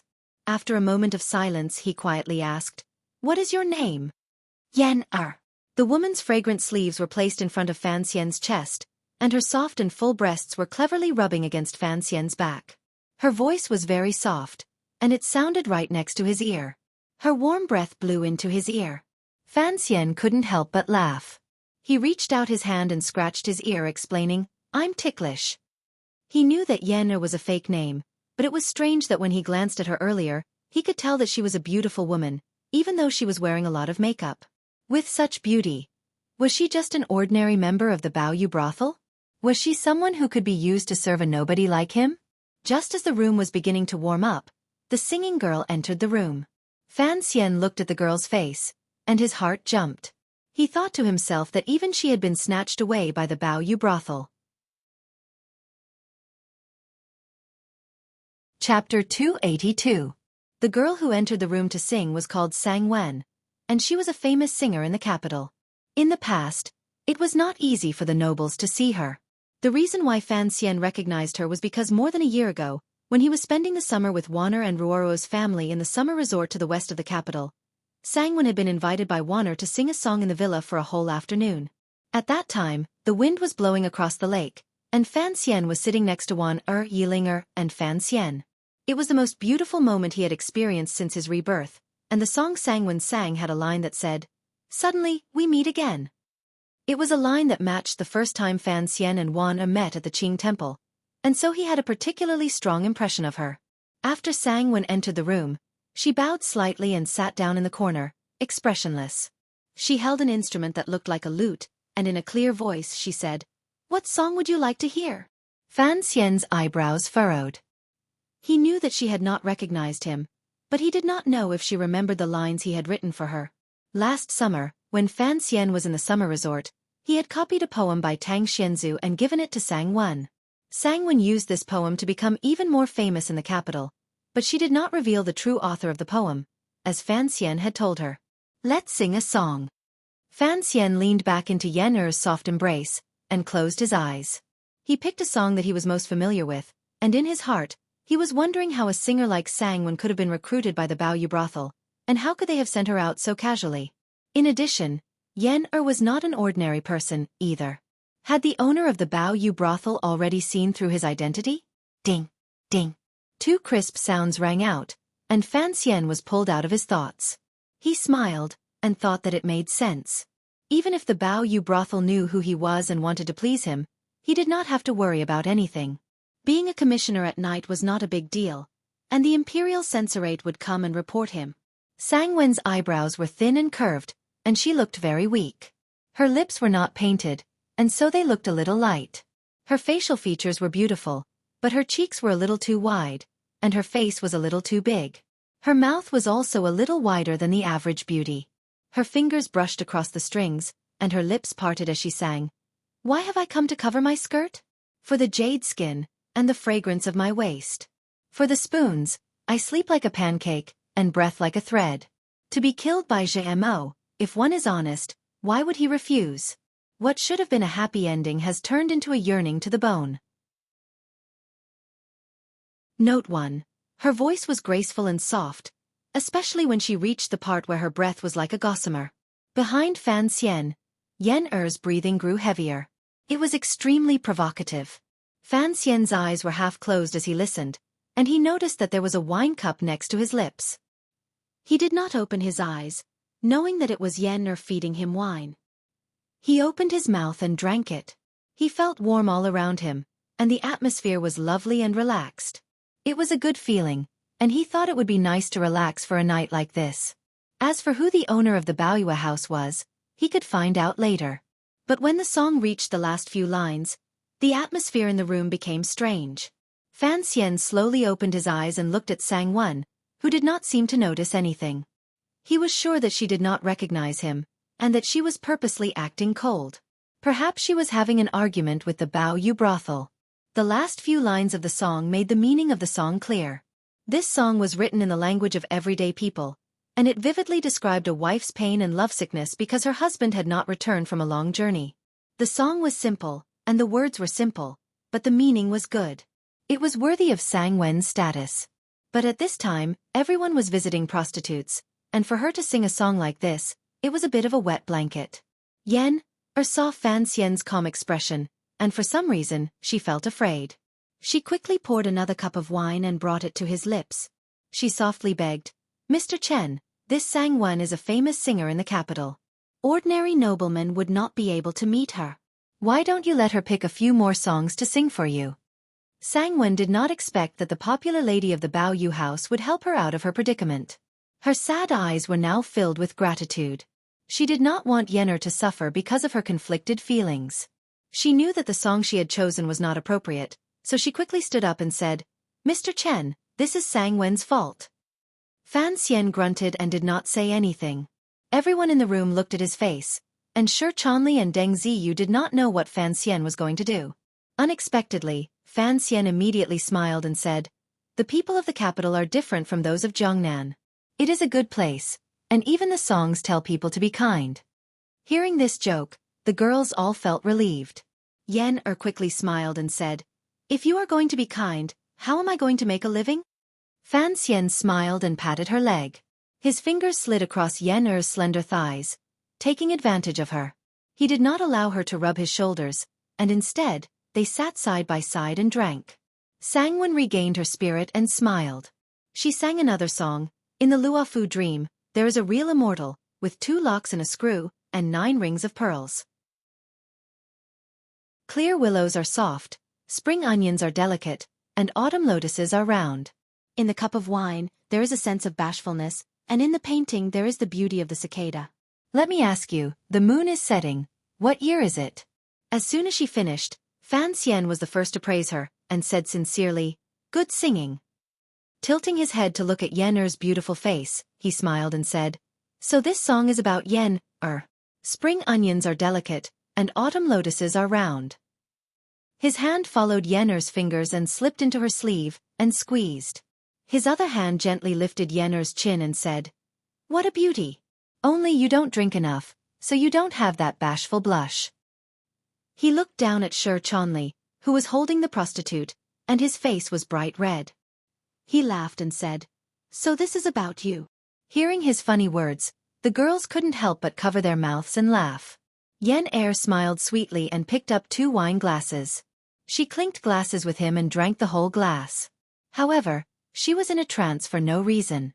This child was really a master at manipulating the mood of the audience. Was it really like what Sister Yuan said? That he was an official? It was late at night, and Fan Xian had chased Deng Ziyu and Shi Chanli into a room on the side of the courtyard. The room was soundproof, and for a long time, the sounds of the men and women could not be heard. Fan Xian could not help but smile. He thought that Deng Ziyu might be able to keep his mind clear, but he was not from the Third Bureau, so it would be difficult for him to get any information from these prostitutes. As for Shi Chanli the scholar, he was afraid that he had long been stripped and eaten alive by those girls. When he was drinking earlier, he had tasted a trace of aphrodisiac in the wine. He knew that this was a common method used by the brothels, so he did not pay it any mind. Inside the room, Sang Wen's expression was one of caution. She carefully looked at Mr. Chen on the couch. She did not know why he had asked her to stay after the banquet was over. Yen'er, who was dressed loosely, stroked her hair, and looked at Mr. Chen. She was surprised. She thought of the person that the Baoyue brothel had their eyes on tonight, and he wanted to kill two birds with one stone. She felt a little uncomfortable. No matter what, she was the most popular person in the Baoyue brothel. She did not expect that this young man would not be satisfied, and that he would force Sangwon to stay in the room. She knew that the brothel had spent a lot of effort to get Sangwon to join them. They had even torn down an entire courtyard. But Sangwon was not a prostitute, and she had some reputation in the capital. She had agreed that she would not spend the night with a guest. Just as she was about to smile and explain the situation, she did not expect the young guest to pull her up. She could not help but feel a warmth in her body, and she fell into his arms. Looking up, Yen'er could still see the faint smile on Fanxian's face. Her heart skipped a beat. When this young man smiled, the pockmarks on his face were no longer an eyesore. His entire person exuded a sense of gentleness and warmth, and it was indescribable. Earlier, I troubled you to rub my shoulders. Now let me rub yours, Fanxian said softly. One of his hands was caressing her waist, and the other was rubbing her temples. He did not allow Yen'er to refuse.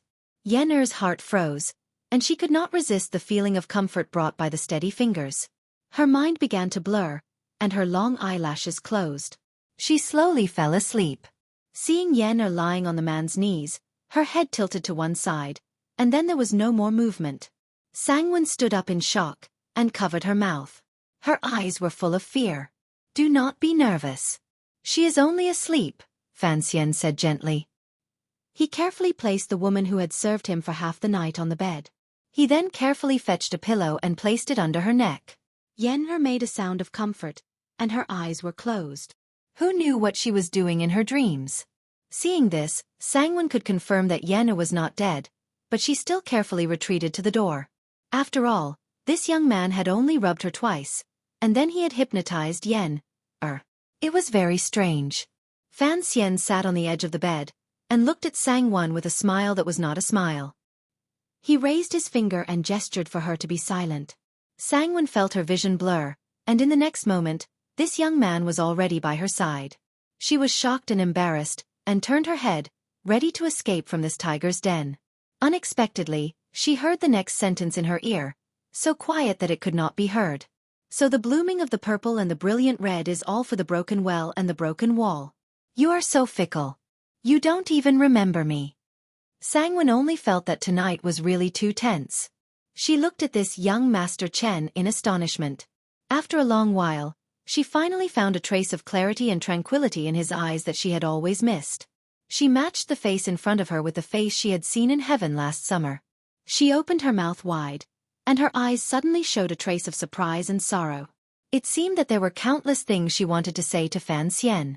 Fanxian looked at her expression and knew that his luck had been good that day. But he still shook his head resolutely and stopped her from speaking.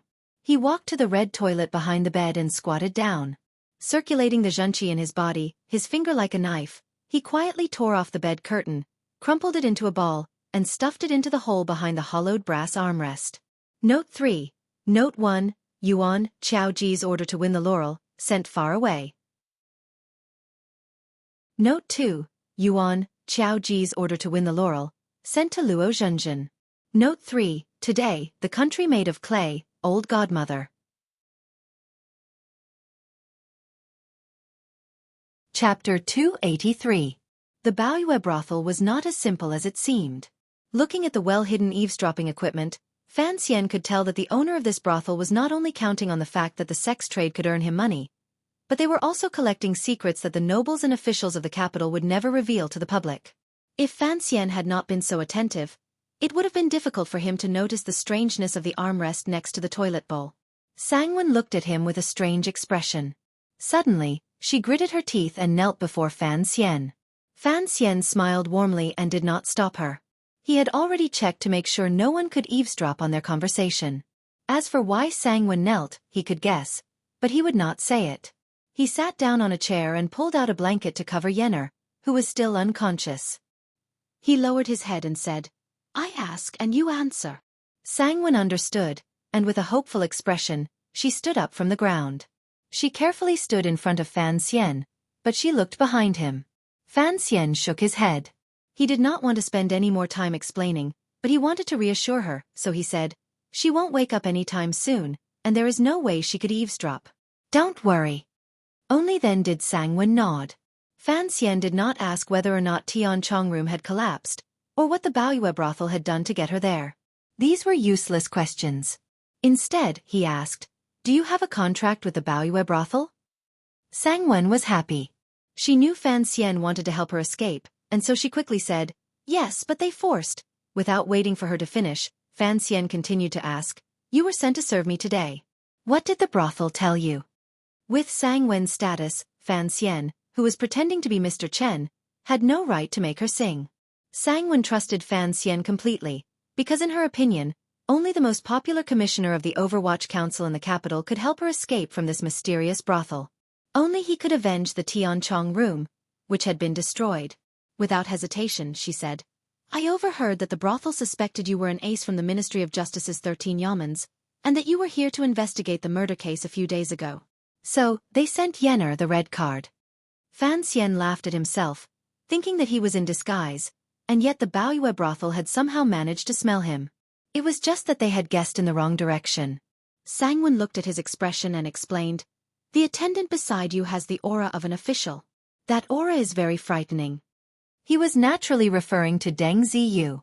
Fan Xian waved his hand and changed the subject. "I want to know. Can you guess who the true owner of this Baoyue brothel is?" He used the word guess, because there were people within the Overwatch Council helping to conceal the truth. Sangwon could not possibly know the true owner of the brothel, but she often stayed in the brothel, so there should be some clues. Although Sangwon wasn't sure why the commissioner of the Overwatch Council would be interested in this, she tried her best to remember. She said uncertainly, "It should have something to do with Shongshu Alley." Every time the owner of the Baoyu house came, he was very secretive, but the carriage he used was rarely changed. Although there was no family emblem on the carriage, over the past month or two, the roof of the carriage has seen the fallen leaves of a large locust tree. This tree is native to the northern Qi kingdom, and in the entire capital, there is only one row of them on either side of Shongshu Alley. So, I am certain that the carriage came from Shongshu Alley. Fan Xian looked at her, and Sangwon understood. She immediately explained, "When I was young, I lived in Shongshu Alley for many years, so I know about this." Fan Xian did not stop talking. "What is the surname of the lady in charge of this brothel?" "Her surname should be Yuan." The lady spoke quickly, and steadily. Fan Xian looked at her with admiration and said, "You are very meticulous. You can work in my courtyard now." The people who lived in Minister Alley were not ministers, but a group of dukes who had been conferred titles since the founding of the country. They were of high status and power, but now that His Majesty was extremely strict with the country, these dukes were generally more peaceful. As for the lady in charge of the brothel, Fan Xian gave a wry smile. He thought of Yuan Meng, who worked for Hongqing. Having received this piece of useful information, Fan Xian was very satisfied with the results of the night. That was why he was in the mood to chat with Sangwen. From their conversation, he learned that the Baoyu house was indeed very powerful. It had only opened in the early summer, but in such a short amount of time, it had wiped out all the other brothels in the capital that dared to compete with it. The methods used behind the scenes were very bloody. Otherwise, Sangwon would not have been forced to enter the brothel. "In a few days, I will send someone to bail you out." Fan Xian was not being merciful, but he was a firm believer in the principle of equality. Furthermore, for this singer to end up in such a gloomy brothel, it was not a good feeling. Warner liked this woman, and in a few days, she would send someone with a name card to the Baoyu house. She believed that the owner of the Baoyu house would give her some face. Sangwon was overjoyed. In the Baoyu house, she had always felt that she was in a precarious situation. She had seen with her own eyes a girl who had been kidnapped from another brothel being beaten to death by the thugs of the brothel. She had always been thinking of a way to escape. Although she had met Fan Xian once, and he had given her a word, she had never thought of looking for him. After all, the difference in status between the two of them was far too great. She did not expect that today, by chance, she would meet the immortal poet again and receive his promise. Considering Fan Xian's position in the court, this matter was set in stone. Thinking of this, Sangwon felt a mixture of emotions. She sobbed and knelt to the ground. Fan Xian had already accepted her kneel once, and he did not want to accept it a second time. At this moment, an angry roar came from outside the courtyard. "I am going to kill you!" Following the angry roar of a middle-aged man, the door was smashed to smithereens. A shadow broke through the wind, and its power was like thunder. The palm of the hand, which contained a great deal of power, came crashing down towards Fan Xian's chest. "No!" Sang-Wen was so shocked that she fell to the ground. She saw the face of the man, and she covered her face with her hands. She was shocked and worried. The wind from the palm was like a knife, flying towards his face. Fan Xian stood sideways. He did not straighten, nor did he turn his head. He only stretched out his normal right hand from his sleeve, and very casually extended it out. His palm seemed slow, but it was an illusion brought about by an extremely strong stability. When his palm had already stretched out horizontally, the sneak attacker's rushing thunder palm had just arrived. A delicate and steady palm moved first, and then arrived later. It gently patted the calloused, incomparably thick palm. It was only a light pat.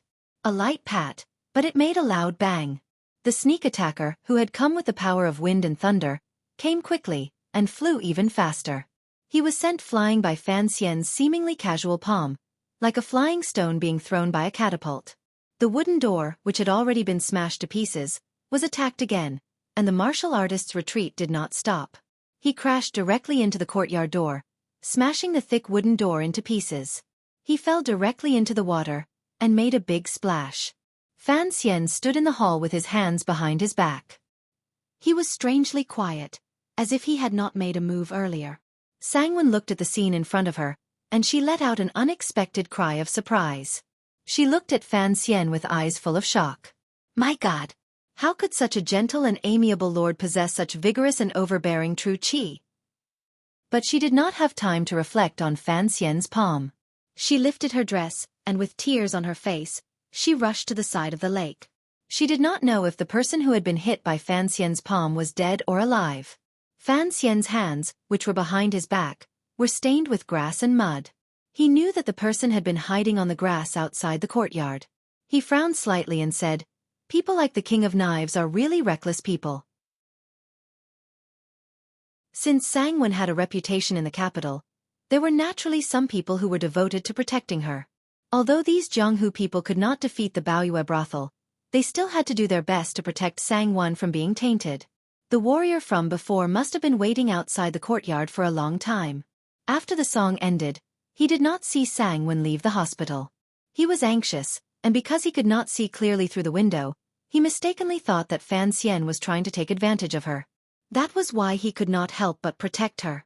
Fan Xian knew that he couldn't hide this situation from anyone.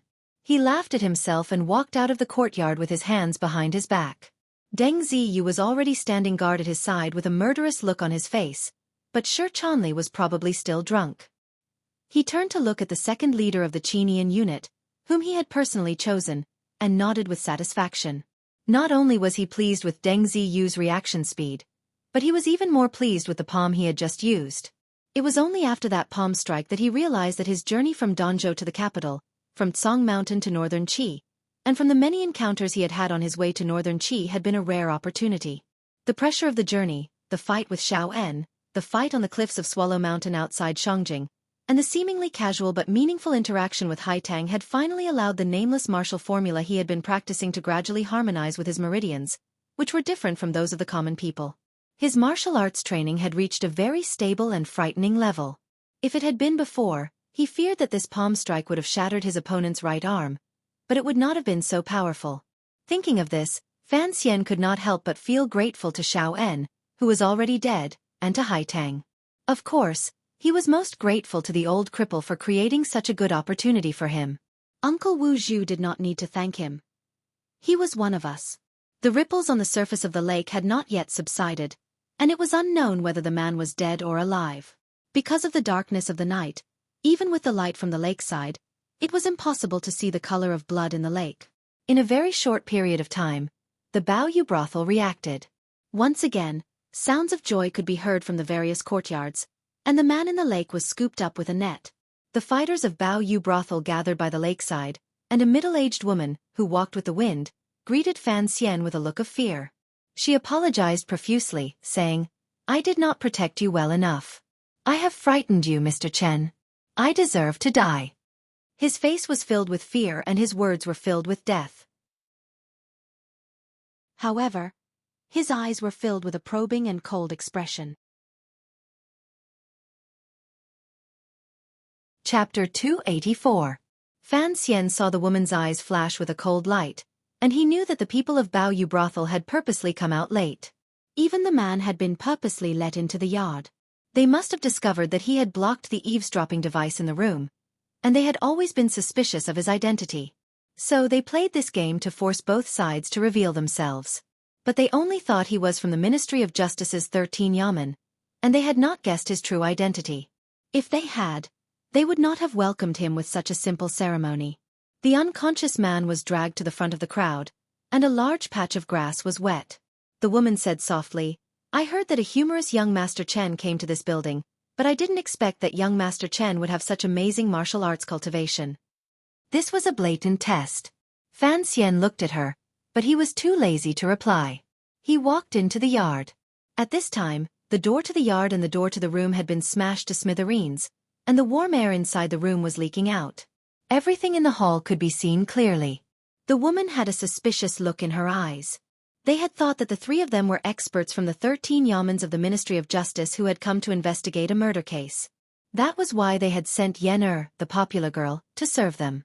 They had wanted to take advantage of the time when they were trying to gather information to steal some information. But they hadn't expected that these experts would see through the eavesdropping equipment in the room. They had also discovered that Sangwon had not come out. Afraid that something had happened, they had cleverly waved their hands and arranged this situation. They thought this Mr. Chen had struck the man and sent him flying. That would have been enough to make a scene, and the two sides could have a few words to say, or even bargain.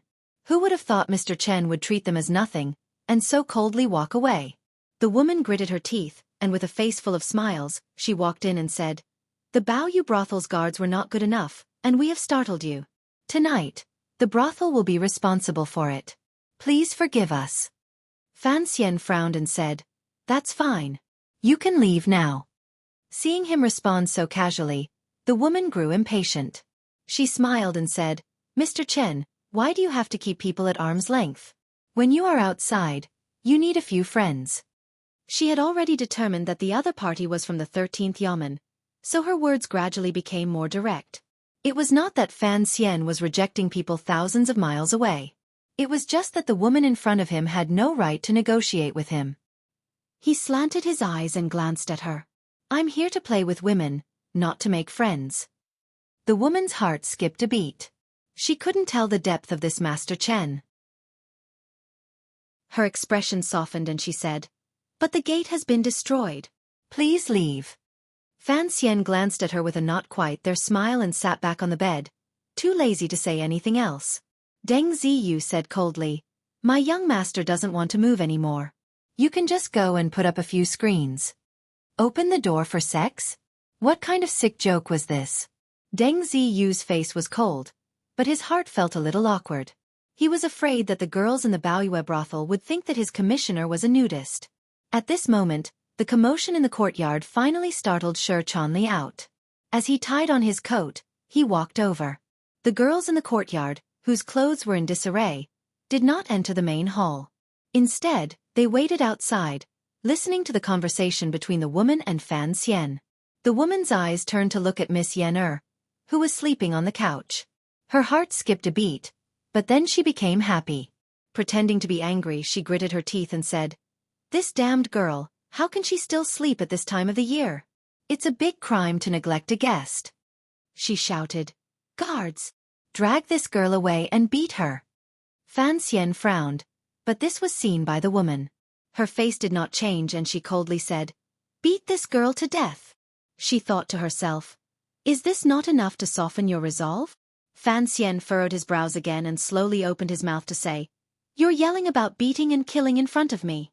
It's very annoying. This is someone from your building. If you beat him to death, it's your own business. However, before you beat him to death, pick a good-looking girl over. Remember, I like the more voluptuous ones." His words were calm, but they carried a chill that pierced the heart. This young man, who looked so kind, did not seem to care about the life or death of the girl he had just had intimate contact with. The woman cursed in her heart. She had traveled the world, and she was very good at reading people. She knew that if she really did beat Yenner to death in front of him, this Mr. Chen would not even frown. Since when did the 13 Yamens have someone like this? The woman stood rooted to the ground in a daze. Fan Xian was getting impatient. Deng Ziyu knew what he was getting at, and coldly said, "Get out." The woman gritted her teeth. Since the two sides had not yet fallen out with each other, and Fan Xian was still trying to act tough, he was not willing to come up with any rules. The Bao Yu brothel still had to do business in the capital, and they could not stay in the guests' room forever. To everyone's surprise, just as the woman and the men of the Bao Yu brothel were about to leave the courtyard, Fan Xian casually said, "Leave that big man here." These words were spoken casually, but there was a hint of authority in them. The woman had been humiliated, and she turned around and said, "Mister, this big man will be handed over to the capital government." Fan Xian finally did as she wished, and coldly laughed. "The capital government can handle this, but can't the Ministry of Justice do the same?" The woman laughed to herself and thought, "Finally, you're willing to put up a proper front."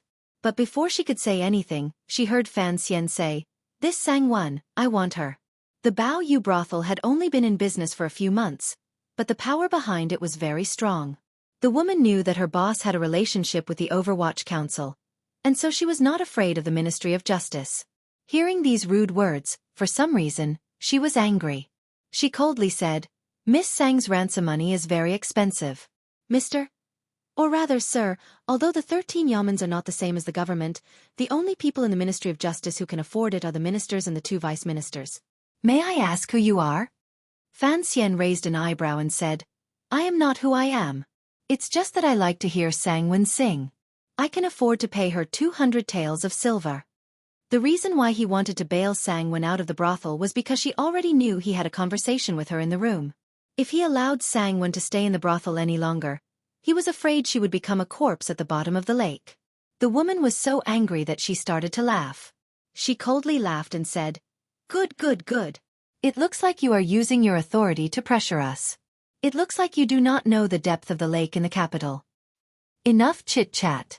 Shi Chanli knew it was time for him to speak, and so he mockingly said, "Sang-Wen is a famous courtesan in the capital. She is not a prostitute in the military. According to the laws of the Qing kingdom, as long as someone pays the ransom, the Bao Yu brothel will have to comply." "What? Do you think we cannot fork out a few hundred taels of silver?" "A few hundred taels of silver?" The woman was furious. If someone really wanted to bail Sang-Wen out, they would have to fork out at least 2,000 taels of silver. These people were here to make a scene, and yet they were asking for a few hundred taels of silver. Fan Xian's provocation had finally made her lose her cool. She angrily said, "If you can bring me 10,000 taels of silver, I will let you take her away immediately. This man will be a complimentary gift." 10,000 taels of silver could buy a dozen houses, and it could provide food and shelter for the commoners for dozens of lifetimes. Even in Jiangnan, where there were many wealthy people, 10,000 taels of silver was an astonishing sum. The woman laughed coldly as she looked at these people. She was certain that no one in this world would use 10,000 taels of silver to purchase an average-looking courtesan who was only good at singing. But Fan Xian had been waiting for this opportunity. Without waiting for her to change her mind, he waved his hand and casually said, "Then it's settled. Bring me the contract." After these words were spoken, everyone was shocked. Even Sang-Wen, who was standing guard next to the soaked man, had a look of disbelief on her face. The woman, on the other hand, was even more shocked. She stood where she was, as still as a wooden chicken. Slap! A crisp sound rang out. No one knew when, but a beautiful woman had arrived in the courtyard. She slapped the woman hard across the face. She then turned to Fan Xian and smiled. Mr. Chen is indeed a funny person who loves to joke around. Fan Xian did not know who this beautiful woman was. He squinted his eyes and looked at her. Her eyebrows were like willows, and her lips were red. Her eyes were soft, and her lips were soft. His lips curled into a smile of admiration, but he still felt a little uncomfortable. This beautiful woman looked weak, but in reality, there was something very arrogant about her. She looked down on the three people in front of her, and he guessed that she was the right-hand man of Lady Yuan Meng. This is not a joke. Fan Xian's smile faded and he said, 10,000 taels of silver to buy a man. We agreed on this earlier. Is Baoyue brothel going to go back on their word? The beautiful woman looked at him coldly, and after a while she suddenly said, Baoyue brothel will pay 1,000 taels of silver to help you calm down. There is no need to bring this up again. 1,000 taels of silver was the sincerity of Baoyue brothel.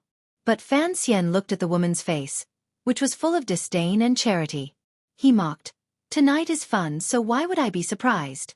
I only want Sang Wen and the man. Do you dare to sell them? The beautiful woman did not expect Fan Xian to be so disrespectful, and she mockingly said, Do you really have 10,000 taels of silver? At this point, it was no longer a matter of Sang Wen's redemption, nor was it a matter of the Baoyue brothel's investigation. It was a matter of power. The Baoyue brothel would not sell Sang Wen. The beautiful woman said this because she did not believe that anyone would carry 10,000 taels of silver on them. Fan Xian touched the top of his smooth hair and did not say anything. Xueqi stood next to him and smiled. He said, You do not need to worry about this. The beautiful woman coldly looked at the three of them, and suddenly said in a cold voice, So, you are here to humiliate the Baoyu house. Let the three of you know, even if you were to bail Miss Sang out today, I am afraid that tomorrow, you will have to return her to us. The threat in her words was very strong, but with Fan Xian's status and power, he did not care about such things. He smiled and looked at her and softly said, I will give you 10,000 taels of silver tonight. I am afraid you will have to return it to me tomorrow. Chapter 285. In the past, it was the Baoyue brothel that threatened people. Who would dare to threaten the Baoyue brothel? Her name was Xueqi, and she was Yuan Meng's right-hand woman. She thought only a few low-level officers had come to investigate the case, but her subordinates had reported that Mr. Chen had an extraordinary temperament and was highly skilled in martial arts. She assumed he would be a difficult character to deal with, and so she decided to compromise with him. The reason she chose to compromise was because the big boss had asked the Baoyue brothel to behave themselves ever since September. She did not expect him to refuse to make peace, and instead, to threaten her. Xueqi was angry. She stared at Fan Xian and said, You will regret what you have done tonight. Do not threaten me. Hurry up and bring me the contract. Fan Xian smiled and said, I am not in the mood for this. I am ready to go home. Seeing Fan Xian's gentle smile, Xueqi sighed in his heart. He knew his teacher was not happy, and the consequences would be dire. In a few days, the Baoyue brothel would have to close. Xueqi was angry, and her eyes flashed with anger. She ordered her subordinates to do what they had to do. A short while later, a thin piece of paper was placed on the table in front of everyone. Cash. If you have 10,000 taels of silver, I will give her to you. Xueqi stared into Fan Xian's eyes. The law of the Qing kingdom does have a redemption clause, but I cannot leave Lady Sang in the brothel waiting for you to buy her. If you do not bring out the money now, who knows if someone else will buy her? Fan Xian's face did not change, but he laughed in his heart. Who would spend 10,000 taels of silver to buy someone? If he really did not make a move to buy anyone, then the Baoyu brothel itself would be the buyer. Xueqi had already picked up a pen and ink to write a contract. He placed it next to Sang Wen's document and waited for Fan Xian to bring out the banknotes. Xueqi had always trusted his teacher's financial ability, and he was a scholar. He always thought money was nothing to a wealthy family. Xueqi stared at Fan Xian. She had seen many rich people in her life, but even the salt merchants and royal merchants of Jiangnan did not have the habit of carrying 10,000 taels of silver in their sleeves. Unless they were preparing to give a gift to a high-ranking official at a banquet, she did not believe the young man in front of her could produce 10,000 taels of silver. It seemed like a long time had passed, but in reality, only a short while had passed. Fan Xian did nothing. Xueqi was a little flustered and surprised, but Si Qing's lips curled into a proud smile. Fan Xian looked at the beautiful woman's slightly arrogant expression and suddenly felt very good. He smiled and crooked his finger at Deng Ziyu, who had been standing quietly by his side. Deng Ziyu bowed and asked, Young Master Chen, what can I do for you? Fan Xian laughed and scolded something in a low voice before saying, Why are you pretending to be stupid? I don't have that much money on me.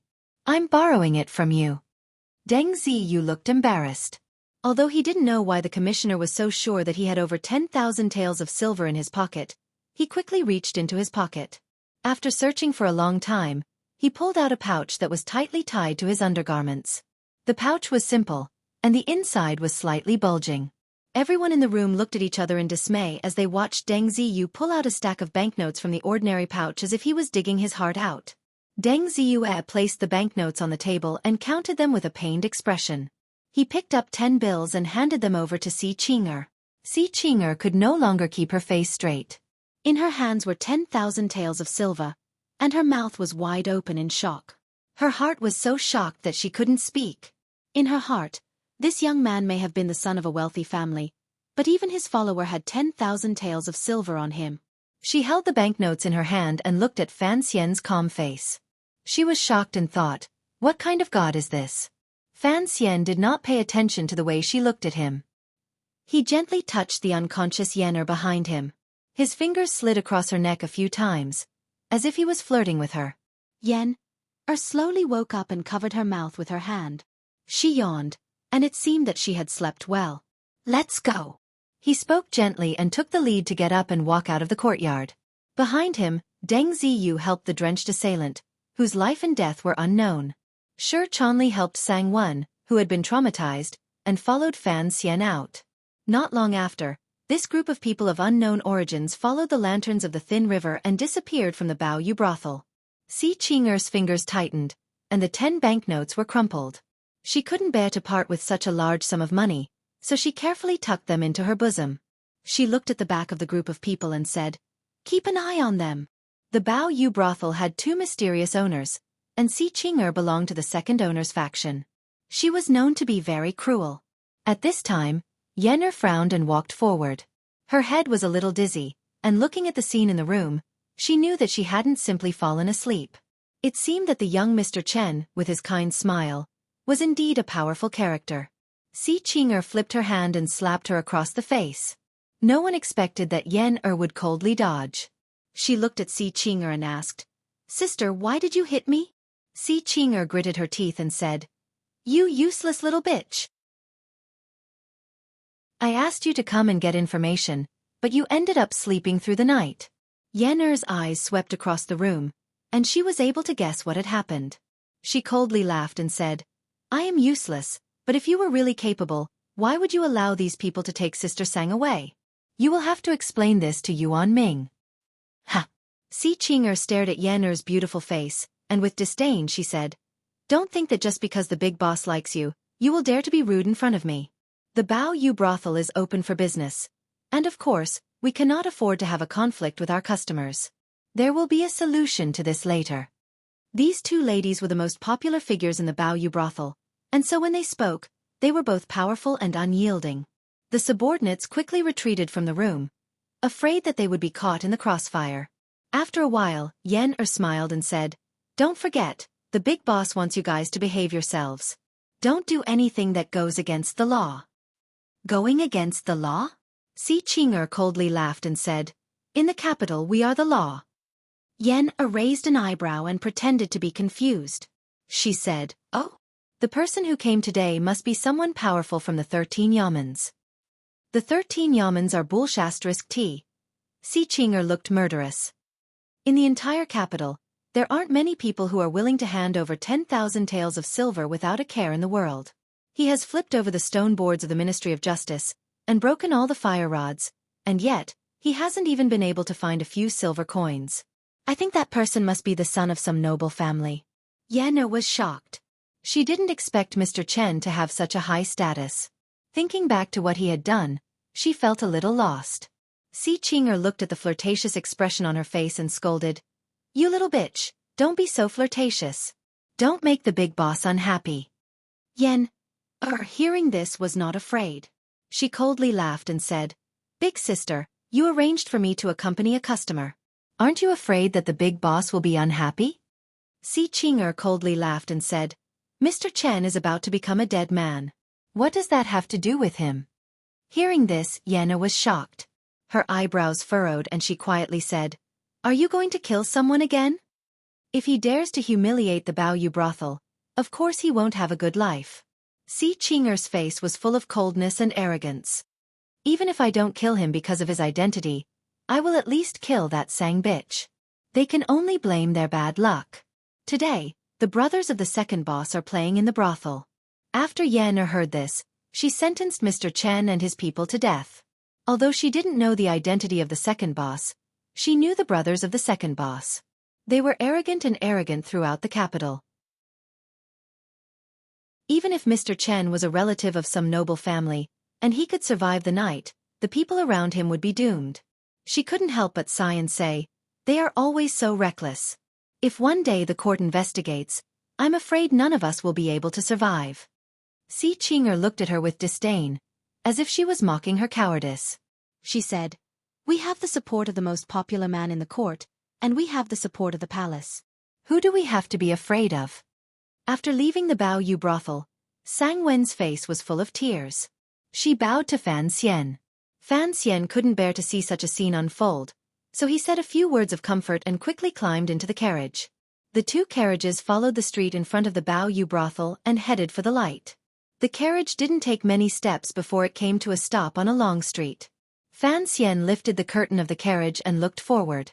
He was not surprised to see a group of people holding torches and blocking the street. These people were not very old. They were only 14 or 15 years old, and they were still teenagers. Their pale faces revealed their unhealthy lifestyle, and the tall horses they rode were proof of their status. There were also a few servants who were there to protect their masters. They didn't seem to care about what was happening on the street. It was as if they were used to their masters committing murder on the streets of the capital. "You people, get out of the carriage." The leader of the group was a young man. His face was ferocious, and his eyes flashed with excitement. It was as if he was thinking about killing a few more people for fun, and it was something to be happy about. The Bao Yu brothel's response is very direct. Fan Xian, who was in the carriage, complimented them. He turned around and asked, "Ziyu, where did these kids come from?" Deng Ziyu's face was serious, and he said, "They are the capital's most famous wanderers. They do not commit any crime, but they are the children of the nobles. So, no one dares to control them." It looks like the Bao Yu brothel is not only connected to Hongqing, but also to the nobles. Fan Xian shook his head. He looked at the shadows on both sides of the street, and he knew that the Qinian unit, who had been hiding in the dark, had already made their move. He couldn't help but shake his head again. The Qing kingdom had conquered the world through military force. Although the generals who had followed the founding father to conquer the world had retired and settled down in the capital, they had done a great job. So, many of the nobles had been bestowed their titles. The next few emperors, for the sake of their former glory, looked after the families of the nobles. But they did not allow these elders to have too much influence in the court, and so they were wary of their children. They had done many things in the imperial examinations and careers. As a result, when it came to the third or fourth generation of the nobles, aside from a small number of very talented ones, the rest of the nobles were just empty titles.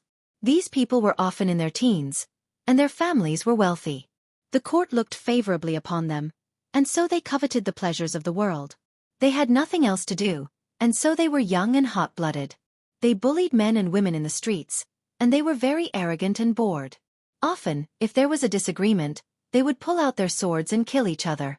Their actions were cruel and merciless, and they did not care for their own safety. These young men believed themselves to be chivalrous, and they had a group of ruffians in the capital as fighters, so they called themselves wanderers. In reality, in Fan Xian's eyes, they were nothing more than a group of dregs. He didn't know how many women they had harmed and how many lives they had taken. Although Fan Xian was only a few years older than these notoriously fierce young men, his temperament was much more mature than theirs. As soon as he saw the situation on the street, he narrowed his eyes and shrank back into the carriage. He refused to show his face again, and only left the matter to his subordinates. Although the bloodline of the nobles didn't have much power, the twists and turns of their relationships were very complicated.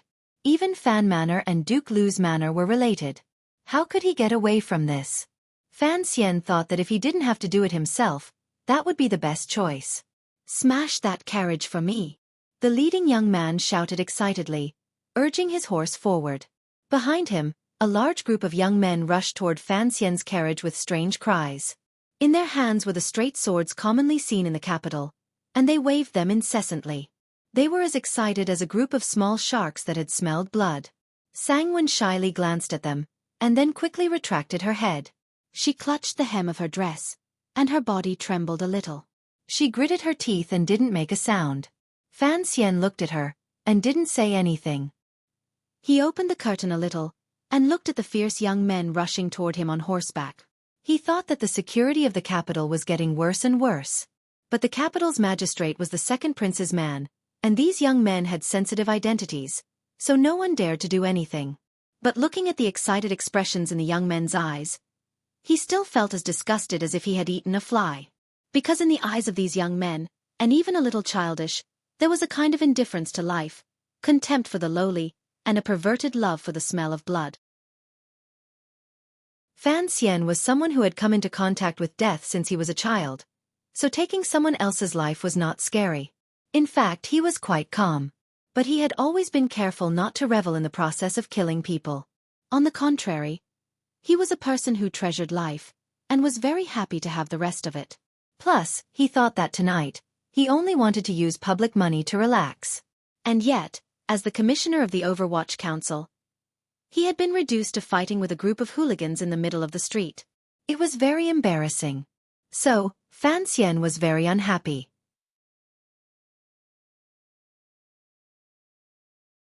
Chapter 286. Suddenly, a whistle rang out. From the houses on both sides of the street, a few black-clothed men jumped down and rushed into the middle of the group of noblemen. In a flash, they scattered the group. The people of the Qinian unit were, after all, long-time spies, and they acted with propriety.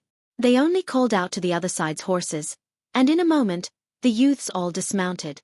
But what surprised Fan Xian and the others was that these youths did not fall to the ground. Instead, they stood awkwardly on the ground.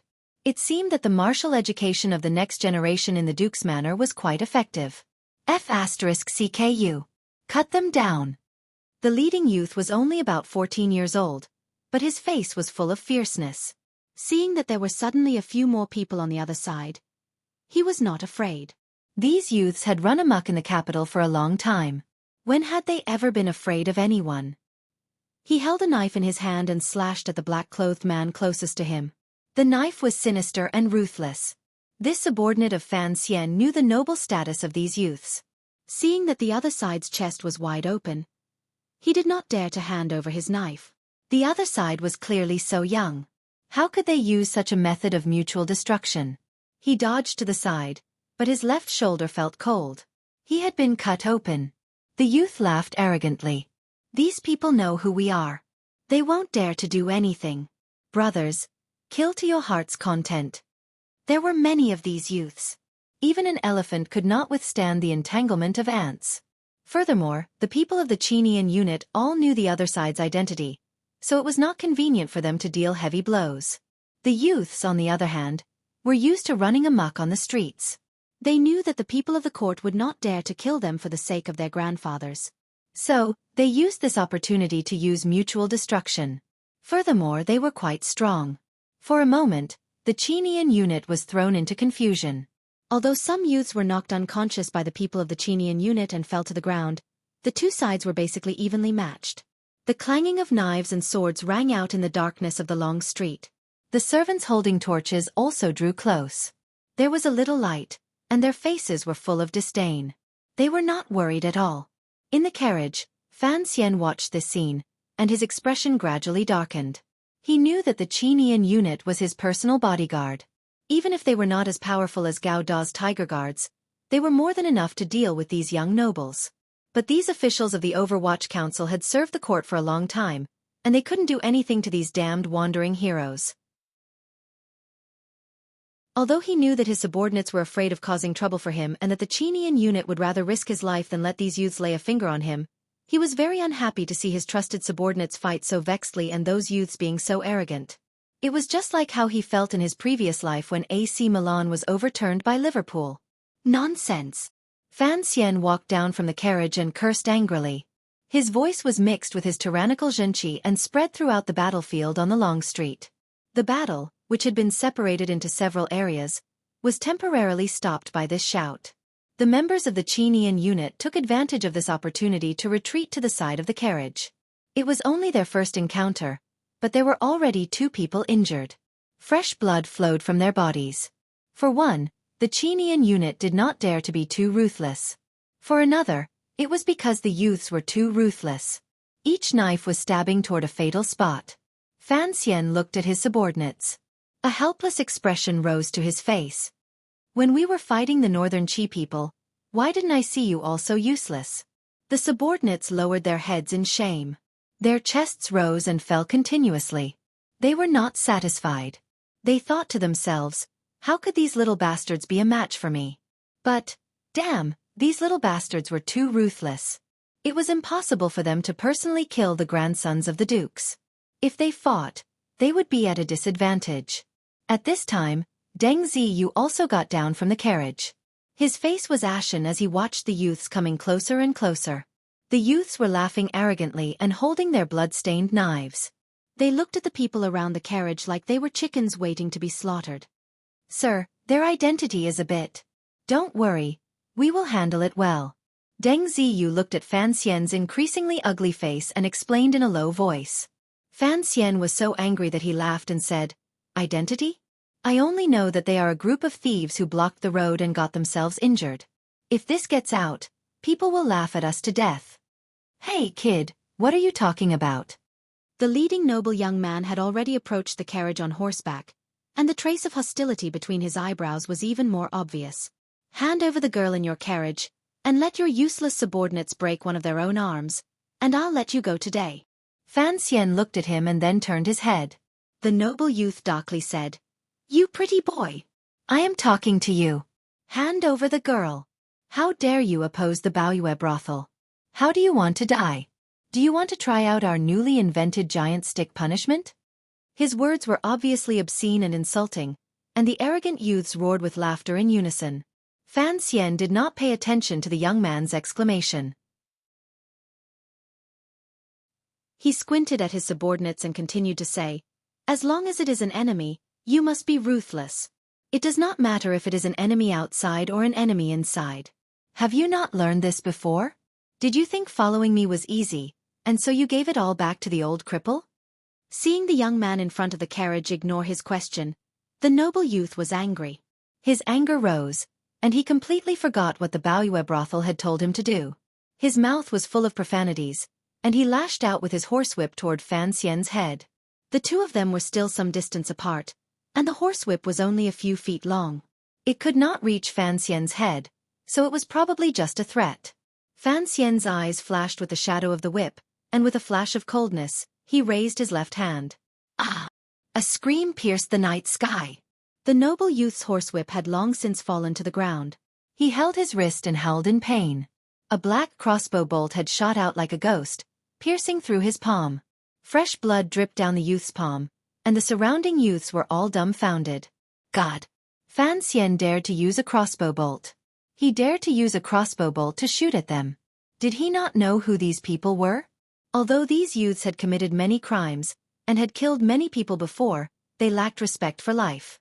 It could be said that they were cold-blooded by nature, but it was the first time they had encountered someone who dared to use such a deadly weapon to harm them. They could not help but be shocked, and a little angry. At this moment, everyone looked at Fan Xian with a strange expression. It was as if they were looking at a dead man. Sir! Deng Ziyu was also shocked. He was afraid that the commissioner would be angered and kill all the little bastards present. If such a big thing really did happen, for the sake of the Qing court and the stability of the military, no matter how much the commissioner was favored by the emperor, he would not have a good ending. Fan Xian slowly withdrew his left hand and released his fingers from the spring. He glanced at the youths around him, but did not respond to Deng Ziyu's words. His indifferent gaze swept over the faces of these youths. He found that they were indeed very young. The youngest was only about 10 years old. Their young faces were filled with savagery. Although they were savagery, they were still children. No wonder the people of the Qinian unit had acted so slowly. He took a deep breath and forcefully suppressed the anger in his chest. Narrowing his eyes, he said to the noble youths in front of him. "Those who stand in the way will die. Who else wants to be the little arms of a praying mantis in front of the carriage?" His sinister and terrifying black crossbow bolt only temporarily shocked the minds of these lawless youths. In just a few breaths of time, the fear in the eyes of these youths began to be overshadowed by the audacity and ruthlessness of their eyes. The noble youth who had been shot cried out, "What are you waiting for? Kill them all! Kill them all and drag them to Tsong Mountain to fill in the hole." "Have you killed anyone before?" Fan Xian suddenly tilted his head and asked with great interest. The noble youth paused for a moment and then cried out, "Scum like you, I will kill one every day." As the two of them spoke, the youths had already rushed forward, their faces full of excitement and thirst for blood. Fan Xian waved his hand to stop his subordinate from drawing his sword and preparing to kill. Amidst the shouting, Fan Xian stretched out his right hand with incredible speed and grabbed the wrist of the youth who was coming at him. His fingers tightened, and with a crack, the youth's wrist bone was crushed. He howled and clutched his wrist as he fell to the ground. With a sidestep, he retreated into the arms of another youth. His hand cleverly rested on the other's forearm. Using his own shoulder as a fulcrum, he pushed down. With a crisp sound, like a red book dipped in syrup, this delicate little arm broke from the middle. It was a beautiful roundhouse kick, but he had very treacherously lowered his leg by a foot, sweeping it across the waist of a youth who had leapt at him with a sinister expression on his face. The force of this kick was so great that the youth who had been sent flying, blood spurting from his mouth, would probably be bedridden at home for at least a few months. Taking a step forward, Fan Xian raised his left hand and chopped down on the neck of the attacker. That person didn't even have the chance to make a sound before falling straight down. Fan Xian was like a wandering spirit walking among these ruthless youths who were like wolves and tigers.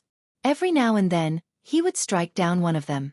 On the long street, only the sound of bones breaking could be heard. Crack, crack, crack, crack. The disdainful and shameless cursing of the youths had already disappeared.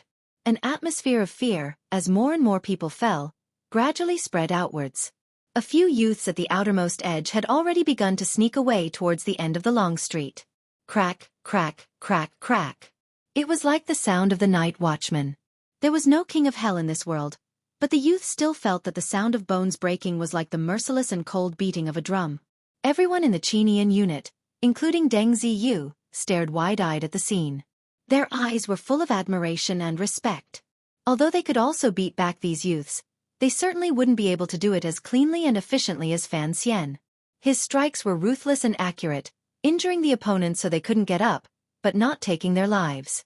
Xueqi covered his eyes and shook his head. He couldn't bear to watch this scene. Sang Wan, on the other hand, bit her lower lip. Watching Fan Xian's calm actions, she was very excited. She knew what these youths had done. She knew that these youths had harmed who knew how many people in Jingdo. It seemed like a long time had passed, but in reality, it was only a moment. Other than the youths who had escaped, the rest had their bones broken by Fan Xian's heavy hand. They lay wretchedly on the street. Only now did a series of wretched cries begin to ring out. Fan Xian looked at the bleeding youths by his feet, holding their broken limbs. They could no longer be ruthless. He rubbed his newly loosened wrist with some satisfaction. It seemed that the human body structure he had learned from Sir Fei when he was young had not been completely forgotten. Then, he told Deng Ziyu very seriously, "In the future, don't let me act in this kind of situation. I really can't afford to lose face." He walked in front of the noble youth who seemed to be the leader. He smiled warmly and asked, "Which family are you from?" This youth was indeed ruthless. He still had a crossbow in his hand. Looking at Fan Xian's sinister methods, he didn't even blink. Instead, he fiercely said, "If you have the guts, then kill me. Otherwise, just wait for your entire family to be executed." Fan Xian smiled and shook his finger. "First of all, I won't kill you. Second, you can't say things like, your entire family to be executed. Only His Majesty has the right to say such things. If you say such things again, perhaps your entire family will be executed." He had no interest in asking this ruthless and obedient noble youth any more questions. He waved his hand and signaled for the driver to drive the carriage over. At this moment, the servants who were holding torches and cheering for their young masters from afar, acting as numb spectators, walked over shakily. Seeing this scene, these servants didn't dare to do anything to the carriage. They only found their masters among the many injured people. They looked at the slowly moving carriage with the eyes of a big black dog. At this time, Fan Xian and his group had already boarded the carriage. The two injured subordinates, full of shame, disappeared into the night. In the carriage, Fan Xian closed his eyes and rested, as if he hadn't acted earlier. The others in the carriage saw that he was silent and naturally didn't dare to speak. Suddenly, Fan Xian opened his eyes and quietly said, "This is strange. For the sake of a brothel, how could they order around these bloodthirsty bastards?" Deng Ziyu asked, "After injuring so many young nobles, do you want to make some preparations? After all, the identity of a master cannot be hidden from many people." Fan Xian looked at him and said, "They are just a group of nobles. There is no need to pay attention to them. The key is the person behind them." Deng Ziyu lowered his voice and asked, "What should we do next?" Fan Xian smiled and said, "Tomorrow, you go to the Baoyue brothel and take back the 10,000 liang of silver."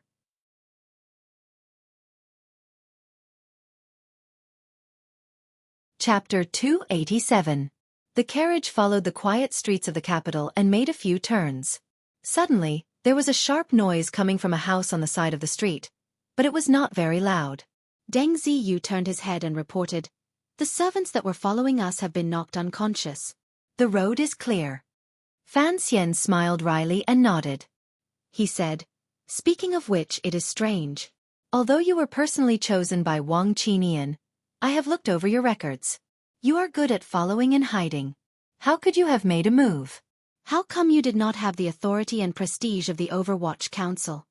Deng Ziyu felt ashamed and explained, "Sir, the members of our team are mostly old men from the first and second bureau. Sir Wang is best at following people, so he chose us because we are good at this." He thought for a moment and then said, "Sir, I cannot believe that you have to personally deal with this matter today. It is a dereliction of duty on our part. But, could you please transfer some people from the 6th Bureau? They are the true assassins of the Overwatch Council. On the road north you have seen their abilities. In terms of fighting they are much stronger than we are." Fan Xian shook his head and did not say anything. He was a little afraid of dealing with the shadow. Occasionally, when he went to visit Chen Pingping, he had seen the assassin appear. Although he was silent, it was clear that the leader of the 6th Bureau of the Overwatch Council was very interested in Fan Xian, who had once studied under Wu Zhu. This interest was not due to the fact that he was gay. It was due to the fact that he wanted to fight Fan Xian. Therefore, he was a little afraid of dealing with the 6th Bureau. In terms of fighting ability, the tiger guards that his father had secretly trained seemed to be stronger than the swordsmen of the 6th Bureau. According to Yan Bingyun's calculations, Fan Xian should be able to get his hands on these tiger guards in a few days, so he was not in a hurry. Investigate all the illegal activities of the Baoyu brothel. He quietly gave the order. Deng Ziyu was shocked and asked, "What about the owner of the brothel?" Fan Xian thought for a while and shook his head, saying, "Since the yard is covering for him, we should first attack the outside. First, we will seal off the Baoyu brothel. That will make the man anxious." In fact, he had a feeling that this brothel, which was raking in money every day, had something to do with Li Hongqing. First of all, Sangwen had said that the mistress of the Baoyu brothel had the surname of Yuan. Secondly, he was able to make use of the brats of the public houses. Furthermore, the marriage between Ruoruo and Crown Prince Jing had long been made known throughout the land. If the second prince was using this as a pretext to suppress the Overwatch Council, then that was a possibility. Thinking that the other party might be using this matter, Fan Xian's anger gradually grew. Although he was working to destroy this marriage, he still would not allow anyone to use his and his sister's name. Fan Xian could not help but feel angry. He looked at Sang Wen, who was quietly sitting next to him, and said, "I will have someone escort you out of the city. Once this case is over, you can come back. But first, you will have to write a report. Tell me everything you know." Through his conversation with Sang Wen, he knew that this girl was very thoughtful and well-organized. She would be of great help to the Baoyu brothel. Deng Ziyu did not understand Fan Xian's intentions in dealing with the Baoyu brothel. He thought that Fan Xian only wanted to vent his anger and find out who within the Overwatch Council was covering for them. Sure, Chanli thought a little more. and he looked at his teacher. After receiving a nod, he spoke to Sangwen. Sir, why don't you ask Mu Tai? After all, he is the head of the first bureau. When you were not in the capital, Baoyu brothel was on the rise. If he reminded you, then he must know something. Fan Xian closed his eyes and shook his head. If Mu Tai only reminded me, and did not explain everything, then this matter must have something to do with me, or my family. If he was able to speak up, that would be enough. There is no need for me to drag him into this. Besides, this is such a small matter. If I cannot handle it myself, how am I going to make a name for myself in politics?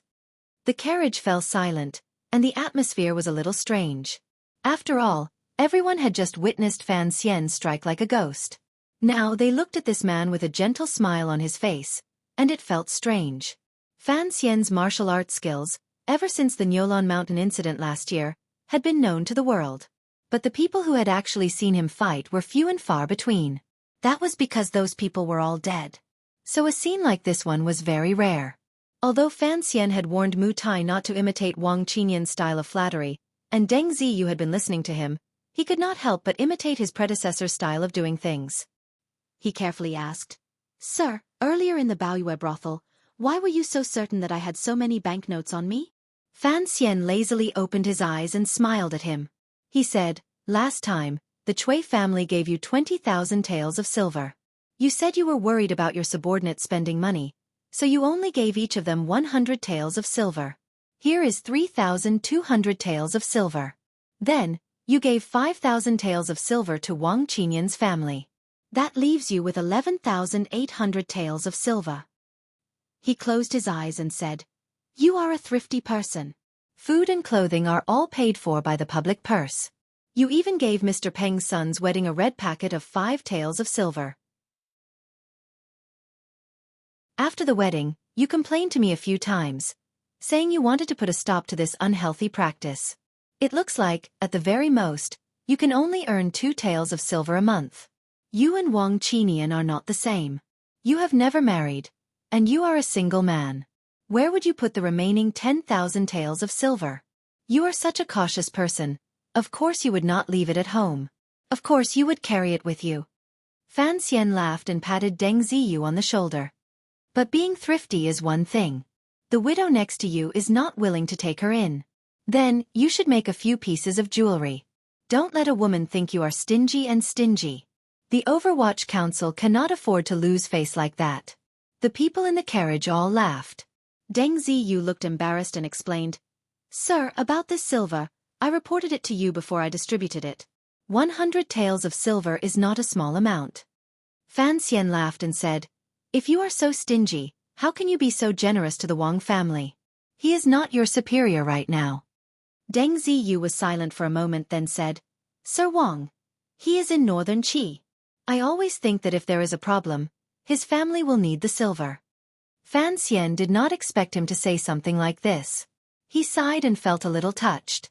If it were an ordinary envoy or student of the Qing kingdom, staying in northern Qi would be very safe. In the words of another world, they would be able to enjoy national treatment.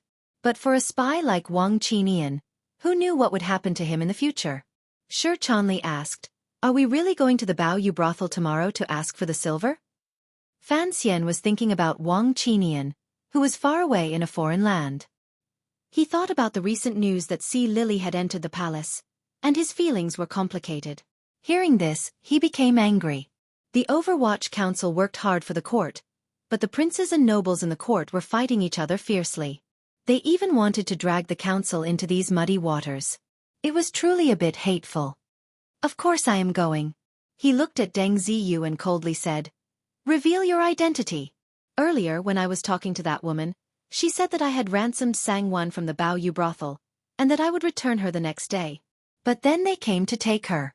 For an enemy to do what he said, we have to be respectful and courteous.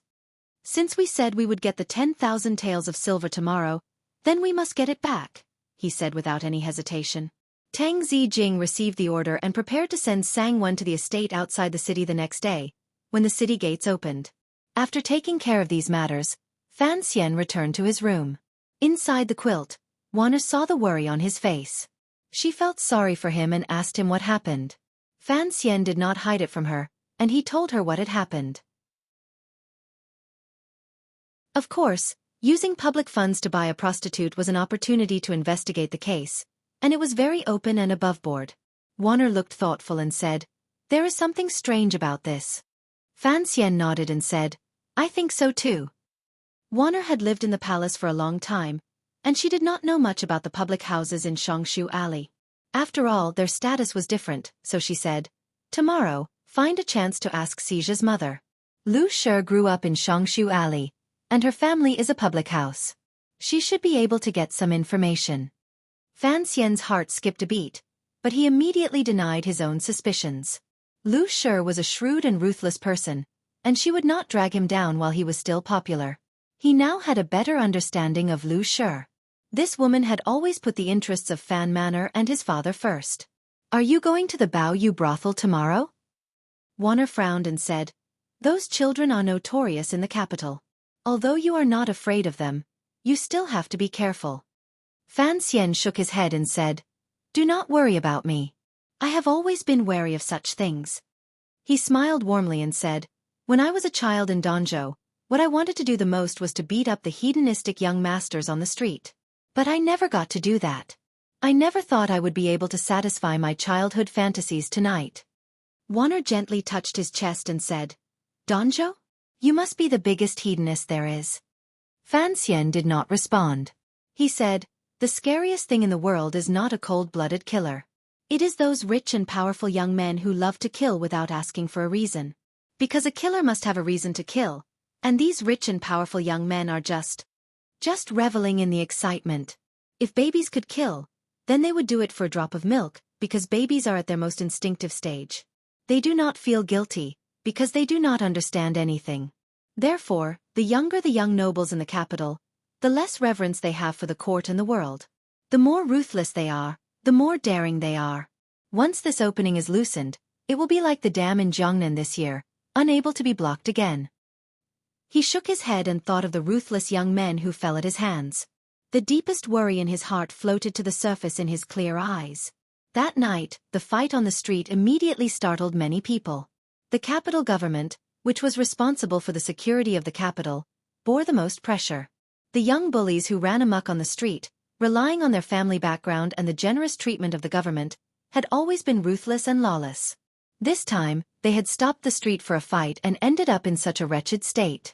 It was very surprising.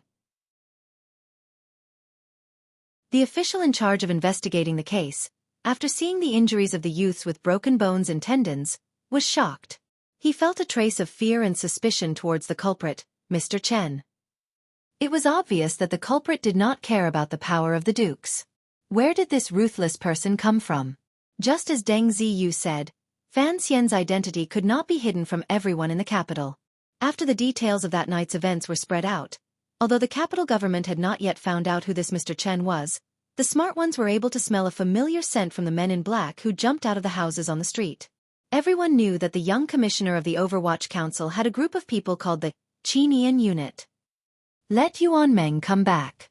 The second prince of the Qing kingdom had a gentle expression on his face. He said, "If you offend Fan Xian, you will not have a good life." The crown prince, Li Hongqing, slowly walked to the window. He felt a chill in his heart. He knew that his cousin was a very meticulous person. He quietly said, "No one would have guessed that Fan Xian would go to a brothel. Knowing his stubborn personality, there is no way he would let this go." The second prince smiled and grabbed a dried fruit from the small plate next to him. He peeled off the skin and placed it in his mouth. He slowly chewed and said, "The more Fan Xian investigates, the more solid the evidence of the Baoyu brothel is. This will only get more and more interesting." Li Hongqing turned to look at him and coldly said, "From the beginning, this was your plan. But why did you give Fan Xian the opportunity to make a move?" The second prince seemed to be lost in thought. After a while he said, "Because I am still looking for a way to reconcile with Fan Xian. The Baoyu brothel is the last chance. If Fan Xian is willing to extend his hand, I will sincerely shake it. I want to give him the opportunity to shake my hand."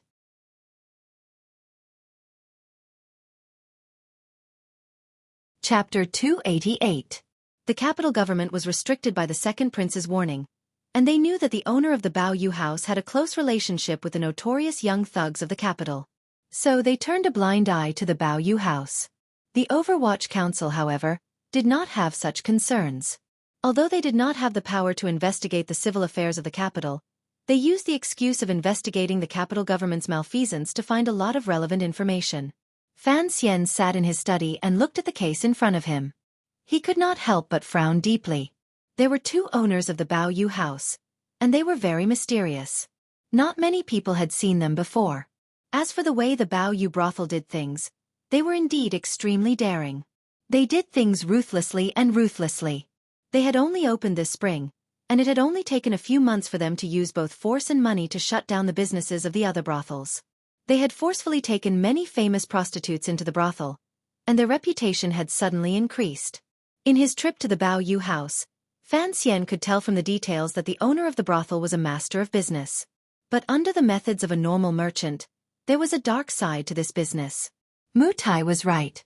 In just 1 month, 4 disobedient prostitutes had disappeared. They must have died a long time ago. The Bao Yu house did even more dirty things in the dark. They accepted young prostitutes and perverted businesses. Fan Xian's frown deepened, and his heart grew colder and colder. Regardless of whether it was his previous life or this one, the world was always dirty. It was just that the sky above Jingdo in the kingdom of Qing was easier to bring to the surface.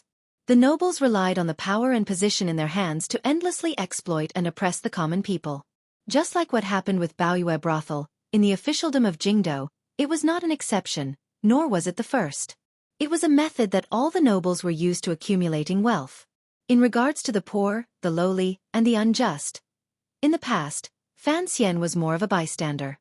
He coldly watched the ugly things that happened in the world, and he subconsciously did not think about the unfairness and darkness. He was not the Bodhisattva of Guanyin, who saved people from suffering. He had received enough benefits and enjoyment from his position. As someone who had benefited from this, and as a member of the nobles, he naturally chose to be silent and accept it. Silence and acceptance did not mean that he could get used to it. Even though he had been in this jar filled with dirty water for a long time, he still could not get used to it. A mere Bao Yu house was not enough to make him change his mind. He might have done something good within his power, such as ransoming Sang Wan and suppressing the Bao Yu house. He wanted the nobles to be gentler when they did things, and he wanted to reconcile the conflicts between the different classes. But he would not try to react like a thunderbolt. Because a thunderous reaction meant denying everything that the Baoyue house represented, it meant challenging the entire world. Such a heaven-defying thing, only Yi Qingmei seemed to have attempted it before. His mother seemed to have failed in the end. But the Baoyue brothel did not seem to be as simple as a brothel. Fan Xian could already smell the uneasiness hidden within. Deep in his heart, an ominous feeling welled up, and an evil fire was born out of nowhere. So, he wanted to personally go to the Bao Yu house to confirm whether or not his judgment was correct. It was a sunny, autumn afternoon. As the leader of the Qinian unit, Deng Ziyu once again came to the Bao Yu house. Seeing his lifeless face, the hired thugs of the Bao Yu house rushed forward, ready to beat him to a pulp. But when they saw his lifeless clothes, all the thugs took half a step back.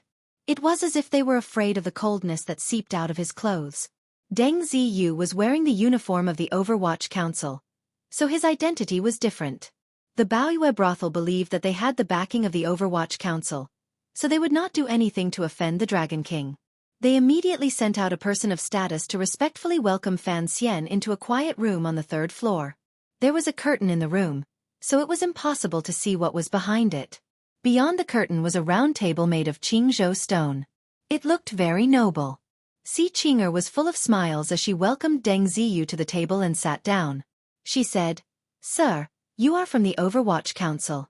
Last night was very rude. If I had known you were from the Overwatch Council, I would have given Sang Wan to you. I would not have dared to accept your banknotes." As she spoke, her eyes looked into the curtain, but she made no move to take out the banknotes. Deng Ziyu knew that there was someone behind the curtain. Perhaps it was the mysterious owner of the Bao Yu house. He had been in the Overwatch Council for 8 years, and he had never done business that involved taking advantage of his authority.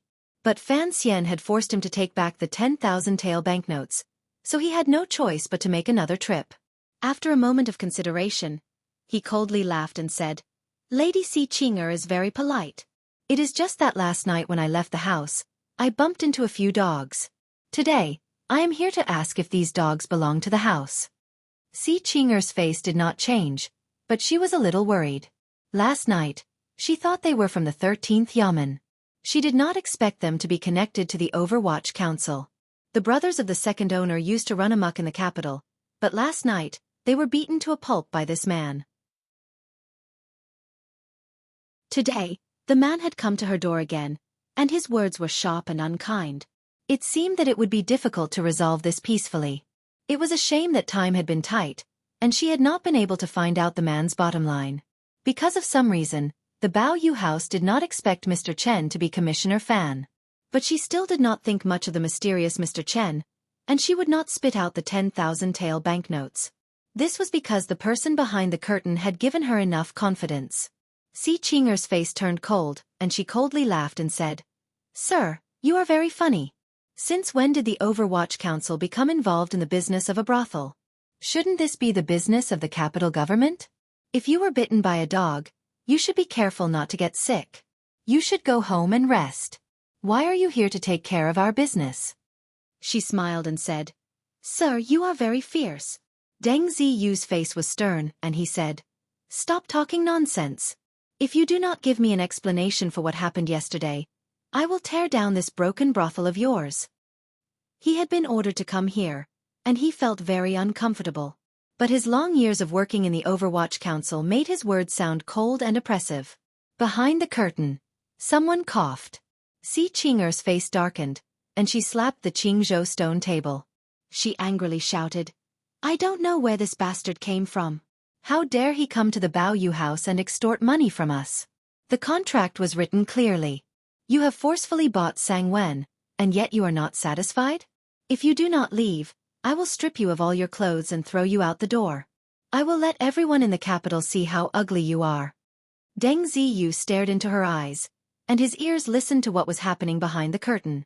He coldly said, "It looks like your brothel is ready to make an enemy of the Overwatch Council."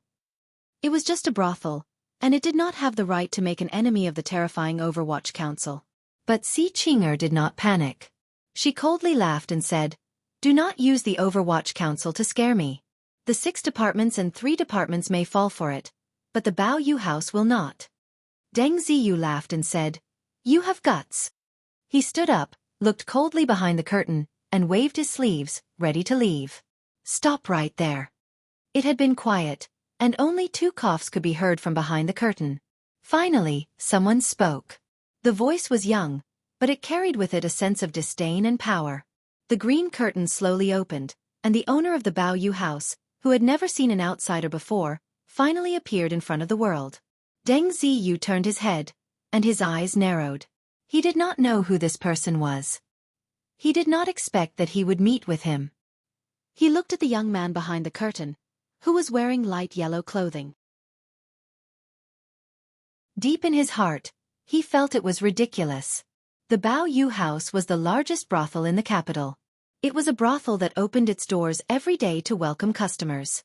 It was a brothel that was open every night, and its owner was a boy who was not even 10 years old. Deng Ziyu stared at the yellow-robed little boy with his mouth agape. He suddenly furrowed his brows. Although the little boy's identity was not ordinary, he had suddenly become the owner of the Bao Yu brothel. It was truly shocking. After a moment of silence, he finally bent his knees and said, "Deng Ziyu of the Overwatch Council greets the third prince." The third prince? The youngest son of the emperor was the owner of the Bao Yu house. Seeing the Overwatch Council official, who had always had a cruel expression on his face, admit defeat and kneel in front of the second owner, Xueqi's lips curled up, and she let out a cold laugh. So what if the Overwatch Council was powerful? They were just a dog of the emperor. Her brothel looked ordinary, but behind it was the youngest son of the emperor. "Mr. Deng, is there anything else you would like to say?" Xueqi's face was full of disdain. Unexpectedly, after Deng Ziyu knelt, he did not wait for the young man to speak. He stood up and spoke with a serious face. "I have come under the orders of the emperor to ask questions. The girl has yet to answer. When I return, I will report back to the emperor. As for what happens in the future, the Overwatch Council will be in charge. The third prince was the youngest son of the emperor of the Qing kingdom. His mother was Yi Pin, who was very favored in the palace. How could a child like him open a brothel? Although this reality was absurd, it was right in front of his eyes. Deng Ziyu's temples jumped, and he suppressed the emotions in his heart. He bowed and said, I will take my leave. The third prince's face was still childish. Seeing that this little official wanted to leave just like this, a wave of anger rushed into his brain. He threw a teacup at him. Although Fan Xian had seen at the city gate that the third prince was young and had a lot of calculations in his mind, he was, after all, still a child. He did not receive the respect he wanted, so he flew into a rage. The third prince walked forward, pointed at Deng Ziyu's nose, and yelled, You want to leave? Why did you stop investigating? Didn't you want me to pay you back 10,000 liang of silver? Deng Ziyu had a wry smile on his face. No matter how powerful the Overwatch Council was, they could not compete with a prince for money. But according to the emperor's way of doing things, the Overwatch Council did not give the prince any face. Fan Xian had warned him again and again last night. Deng Ziyu was the commissioner's trusted aide, and so he did not dare lose face in front of the prince. So, he maintained a polite expression and said, The matter of the money will be discussed by the emperor. But the third prince, it is best that you do not get involved in such places. Si Qing'er, who was standing to the side, was shocked. She thought to herself that the Overwatch Council was as arrogant as the rumors said. They did not even give face to a prince. The third prince was only 8 or 9 years old, but he was born into a royal family. The little boy was born with power, and his mind was not simple. He laughed coldly and said, When did the Overwatch Council become beggars? Asking for money everywhere? How dare you not give me face? Cousin, do you know who this person is? As he spoke, the half-drawn curtains were pulled back to reveal a group of thugs lying in ambush. Looking at the faces of these thugs, Deng Ziyu's expression froze. He felt that the strength of these thugs was far greater than that of the average thug. And in front of these thugs stood 2 young men. One of them had a ferocious look on his face, and his right hand was bandaged. There was blood seeping from it. It was the man who had his hand pierced by Fan Xian's crossbow the night before. Deng Ziyu's eyelid twitched. He knew that today would not be a good day. But he looked at the person next to the young man who had his hand pierced. His face looked even worse. He was even more shocked than when he found out that the owner of the Bao Yu house was the young third prince. He frowned and looked at the chubby young man's left cheek. After a moment of silence he asked, Young master, are you also the owner of the Bao Yu house? This chubby young man was none other than Fan Xian's little brother, Fan Xizhe. Deng Ziyu did not expect that the Bao Yu house that the commissioner wanted to investigate was owned by his own little brother. Compared to the arrogant third prince, and compared to the thugs in the room who wanted to teach Deng Ziyu a lesson, Fan Xizhe's face looked particularly ugly. His face was pale, and aside from the occasional glint in his eyes, there was a fear that came from the depths of his heart. He angrily looked at the third prince and said, You idiot! Do you know who he is? The third prince was shocked. He thought to himself, Even if you are my cousin, why are you insulting me? He angrily retorted, How dare you insult me? Fan Xizhe gritted his teeth and took a deep breath. He knew what had happened the night before, and so today, he had brought people to take a look. These people who dared to cut off his path to riches were small characters from the 13 yamens. He did not expect them to be people from the Overwatch Council. He closed his eyes and took 2 deep breaths. Looking at the third prince, he shook his head and said, Look at what you have done. His heart jumped, and he knew that someone was hiding something from him. The third prince and Fan Xizhe were cousins. At the beginning of the year, they had been persuaded to open the Bao Yu house together.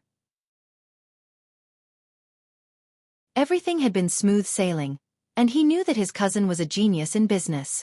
But he did not understand why he was acting so strangely today.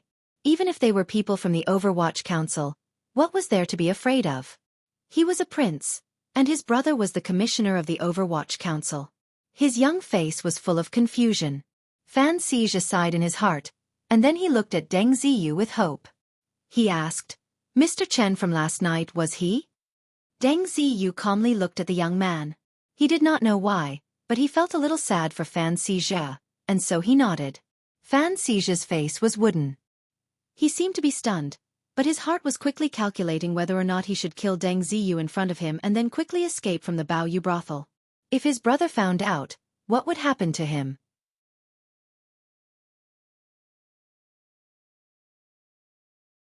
Chapter 289. What kind of person was Fan Xizhe? In reality, he was just a common youth in the capital, with an excellent family background. That was why he was a famous tyrant in the capital. He was the 12-year-old who had stared at Fan Xian when he first entered the capital, his face full of disgust. Of course, he also had some brains, and knew how to restrain his heir to the title of count. At the same time, he was also a young boy who often revealed his naivety and competitiveness at the mahjong table. He was also a genius who often flipped through account books, and developed a fanatical interest that even he himself could not imagine. There were many sides to a person, and Fan Xizhe was no exception.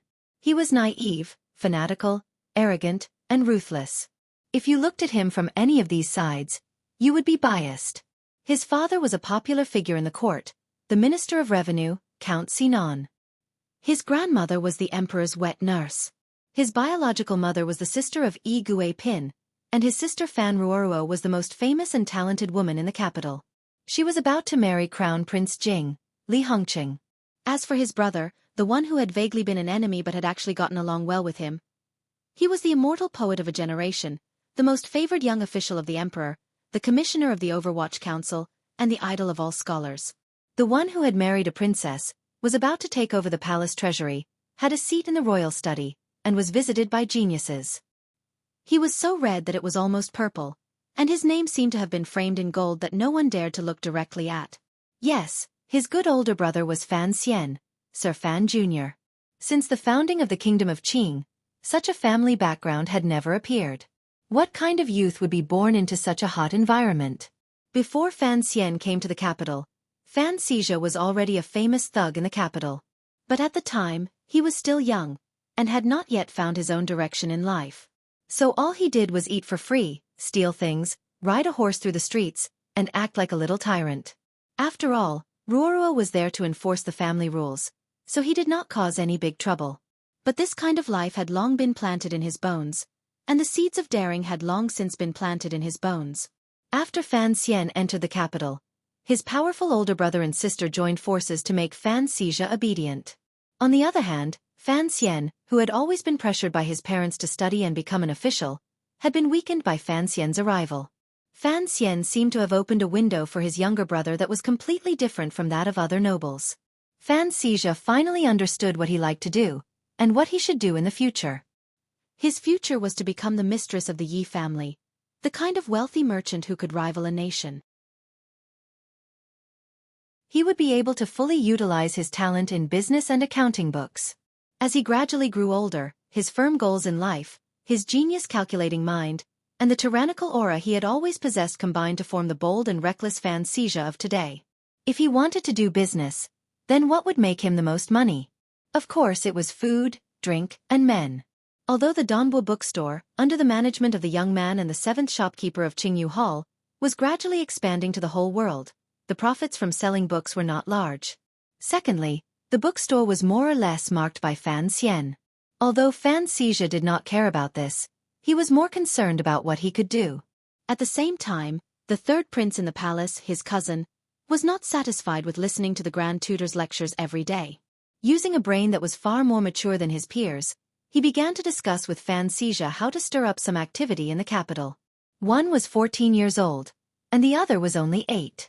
This strange combination created the popular Baoyue brothel in the capital. Because the background of these two boys was too special, this seemingly childish combination brought about unexpected results. The resistance of the government naturally became a help. And when Fan Xizhe was pleasantly surprised to discover that Crown Prince Li Hongqing had a close relationship with the brothel business on the other side of Lujing River, he unceremoniously borrowed the popular maid, Yuan Meng, from Li Hongqing. With Fan Xizhe's business vision, with Yuan Meng's understanding of the business, with the power of the third prince, and with these two boys, who did not know the immensity of heaven and earth, in less than 2 or 3 months, the Baoyue brothel swept through the entire business in the capital. As for how many people died in the process, and how many innocent girls were ruined, it was not within the scope of his consideration. His name was Fan Xizhe. Although he was young, he was still a nobleman. As a nobleman, who cared about the life and death of flesh and blood on the cutting board. Furthermore, as a young man, he did things without fear. This was what Fan Xian was most worried about when he spoke with Wanner that night. But Fan Xizhe was still afraid. So the Bao Yu brothel truly began to flourish a month after Fan Xian was sent to northern Qi kingdom. A few months had passed, and the Bao Yu brothel had firmly established itself in the capital. Fan Xizhe's worry had lessened, and he thought that even if his brother found out he was running a brothel business, what was done could not be undone. But what he did not expect was that in the half a year since his brother had left for northern Qi, the situation in the court had changed so much. In the spring, the Fan family had a close relationship with King Jing's family. In the eyes of the court officials, they were on the second prince's side. So, Fan Xizhe did not think there was anything wrong with him associating with Li Hongqing, his future brother-in-law. He did not think there was anything wrong with him associating with the third prince, who had been raised by the second prince. But after Fan Xian returned to the capital, Fan Xizhe was shocked to learn that his brother seemed to be in conflict with the second prince. As the son of an official, Fan Xizhe didn't think that his evil deeds in the capital would make his elder brother angry. But his political acumen told him that if his elder brother found out that he was too close to the other side, there would certainly be problems. So, in September, he began to tell the people working in the Baoyue brothel to keep a low profile. He was anxious to get out of this business, and so he had been very busy. But he did not know who had told the third prince to hide in the palace, and he had dragged things out until today. Fan Xizhe looked at Deng Ziyu, who was standing in front of him. He had seen this Overwatch Council official in the manor, and he knew that he was the leader of Fan Xian's entourage. But in the blink of an eye, he gave up on the idea of killing Deng Ziyu. He knew that he was the owner of the Baoyue brothel, and his brother would one day find out that he was the owner of the Baoyue brothel. You should go back. I will explain this to him myself. Fan Xizhe's chubby cheeks trembled. He must still be afraid. He waved his hand to stop the thugs behind him from rushing into the arena. Now that things had come to a head, the respect they had for their elder brother still prevailed in the end. Deng Ziyu looked at him, bowed deeply, and then left the room. The third prince with a childish voice, cursed. You let him go just like that? How am I supposed to walk around the capital? How dare a mere official try to bully me? Fan Xizhe sighed in his heart. He sat down absent-mindedly, and his hands unconsciously stroked the smooth surface of the Qingzhou stone table. He squinted at the girl named Si Qing'er and suddenly asked, Where is Yen'er? Si Qing'er was confused by the scene in front of her, and she wondered why the owner would be afraid of an official from the Overwatch Council. She was not high enough, and she did not understand the complicated background of this matter. She forced a smile and said, Yen'er should be resting in the back of the pavilion. You want to see her now? The 14-year-old Fan Xizhe's eyes were filled with a ruthlessness that only an adult should have. After a while he made a decision and said, Don't worry. Everything will be the same as before. In his heart, he quickly calculated how he should deal with this mess. If his father knew about this, he would beat him to death. Of course, his mother loved him, and she could even persuade Yi Guipin, who was in the palace, to speak to his brother. But his brother, alas, did not even give face to the eldest princess. How could he be persuaded by Yi Guipin? Suddenly, his heart jumped, and his face lit up with joy. It looked like he would have to beg his sister and sister-in-law. If they spoke, his brother would not punish him too harshly. I have business to attend to, so I will leave now. Fan Xizhe coldly stared at the third prince. He knew that there was something strange going on. Although he was young, he was a strong man who was willing to cut his own wrists. He coldly said, I will not come to this place in the future, and I do not care about the profits. But I want you to calculate my share in 3 months. The third prince scratched his head and laughed. You have second brother and your future brother-in-law to support you? What are you afraid of? Fan Xizhe ignored him, and his eyes were filled with hatred. He told Si Qing'er, Send the 10,000 taels of silver to the other party immediately. Who knows, it might even save your life. Si Qing'er nodded in agreement. She finally understood that she had offended someone she should not have. In the private room on the 3rd floor of Baoyue brothel that was next to the lake, Fan Xian's eyes were still looking at the boats, birds, and people on the lake. His fingers gently tapped on the table. His face was calm as he calculated this matter. Without spending much energy, he had already sorted out all the clues. Since the owners of this brothel were Fan Xizha and the third prince, the capital government would not investigate it. The Overwatch Council, for Fan Xian's sake, would not make things difficult for them. Perhaps the people in the first bureau still suspected that the owner of this brothel was Fan Xian, so they would not dare to tell on him. It was fortunate that Mu Tai was brave enough to bring this up in front of Fan Xian. Fan Xian gave a wry smile and drank all the wine in his cup. Fan Xizha's behavior had been strange lately, and as the older brother, he had not paid enough attention to him. He had scolded Ruoruo and Wanner for no reason. He had not thought that in this world where men were superior to women, if Fan Xizha wanted to do something bad outside of the manor, how could they, as his sister and sister-in-law, interfere? As for the second prince's plans, Fan Xian was very clear. In the spring, his relationship with the second prince was not bad. Back then, the second prince had used the third prince and Fan Xizha to do this shady business. One, he wanted to earn more money, and the other, he did not necessarily want to do anything to the Fan manor. He simply wanted to use this little brothel to make the relationship between the two parties closer. The reason why he hid it from Fan Xian was because the second prince thought he was doing him a favor. In his previous life, there was the true meaning of a prostitute. What kind of relationship was it to open a brothel and greet a customer? If the two parties had such a deep relationship, it would not be easy to separate them. After Fan Xian returned to the capital, there had been a subtle change. It seemed that the second prince was surprised by this, too. In the current situation, the Baoyu brothel, which was supposed to be used to deepen the relationship between the two parties, had become a rope that was forcefully twisted. If Fan Xian wanted to continue to touch the second prince, he would have to consider the existence of the Baoyu brothel. After all, Fan Xizha had played a very dishonorable role in it. Based on the evidence the Overwatch Council had found, it was enough to close down the brothel and charge Fan Xizha with a heavy crime. If this matter was exposed, even if the Fan family could escape the laws of the Qing kingdom, this would become a weakness for their enemies to attack. For Fan Xian and the Fan family, it would be difficult for them to bear the consequences. For Fan Xian, he was able to stand independently in the political arena. He knew that aside from his mysterious past, the reputation he had gained over the past 2 years was also an important factor. The Fan family and the third prince were working together to open a brothel? The other party had unabashedly poured dirty water on each other at the same time. As the saying goes, one prospers, one suffers, one suffers. One is beautiful, one is dirty. Fan Xian, who had always been a free and easy poet, was now worried. He could not care less about his own reputation, but he had to care about Fan Xizha's fate and his father's attitude. Chen Pingping had emphasized many times that he owed his father a lot. And from the looks of it, this matter was not difficult to solve. All he had to do was show some kindness, and the Baoyu brothel would be completely covered up in the capital. He would have enough time to deal with Fan Xizha's connection to this matter.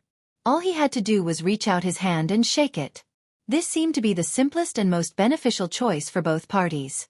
But Fan Xian would not choose to shake hands with the second prince's outstretched black hand. Even if this hand represented peace, showed enough sincerity, and was careful enough in its posture. It was full of probing, and did not carry out any real provocation.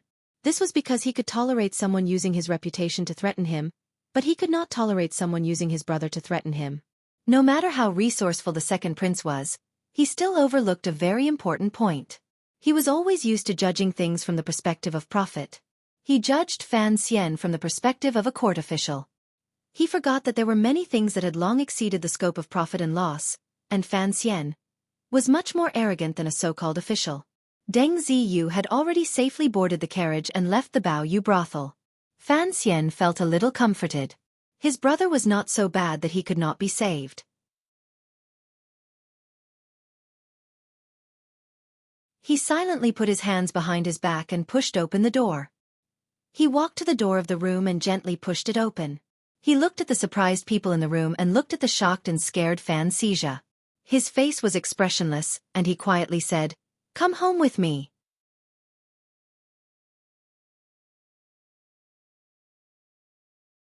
Chapter 290. The Baoyue brothel guard outside the door had already fainted. Fan Xian stood alone in the doorway, looking emotionlessly at his 14-year-old brother. At this point, the thugs and young men in the room came to their senses. Some of them did not know who Fan Xian was, and their faces showed signs of nervousness. The young man with the injured right hand recognized him as Mr. Chen from last night. He screamed and brought a few men with him, ready to rush forward. Fan Xian did not have time to think. He turned his hand around and smashed the teapot in his hand. There was a loud bang. The first thug to pass by Fan Xian received a heavy blow to the head. He grunted and fell to the ground. His head began to bleed. The teapot in Fan Xian's hand broke, and the steaming hot tea splashed all over his hand. On the floor, the man's body began to emit a white steam. His eyes looked at the doorway in fear. His right hand, which was holding the half-broken teapot, could not help but tremble. Even the tone of his voice changed. "Big brother, why are you here?" Fan Xian did not answer him, but the people in the room were all shocked. How could the big boss knock out his own man? Everyone looked at Fan Xian in shock. Only the young third prince looked at Fan Xian with an innocent look of confusion. Some of the more quick-witted people finally remembered what he had called Fan Xian, and from that, they knew who Fan Xian was. The reason the Bao Yu brothel dared to be so arrogant was because of the big boss's big brother, Commissioner Fan of the Overwatch Council. Could it be that the young man in front of the door was Fan Xian's backer, Fan Xian? Fan Xian did not have the self-awareness of being the backer of a brothel. He looked down and asked, "Are we going back?" Fan Xian did not have time to think about what was about to happen to him. He gritted his teeth, and the fat on his cheeks trembled. After a while he said, "Yes." He lowered his head and walked over to Fan Xian's side. He looked like a child who had done something wrong. Fan Xian tilted his head and looked at his little brother. He noticed that the little guy had grown quite a bit over the past 2 years. He was almost at the base of his ears. He sighed and coldly said, "First, you did something wrong. Second, you are not a child. So, do not pretend to be pitiful in front of me." "Yes." Fan Xian groaned. Fan Xian ignored him. His cold gaze swept over the dozen or so people in the room. He found that some of them were the nobles who had appeared the night before. They had escaped, so Fan Xian had not broken their bones with his bare hands. He narrowed his eyes and found that there were a few faces that he could still recognize. He had a good memory. Although the other party did not have the ability to recognize him, since they already knew his identity, he could only humbly step forward and bow. "Greetings, big cousin."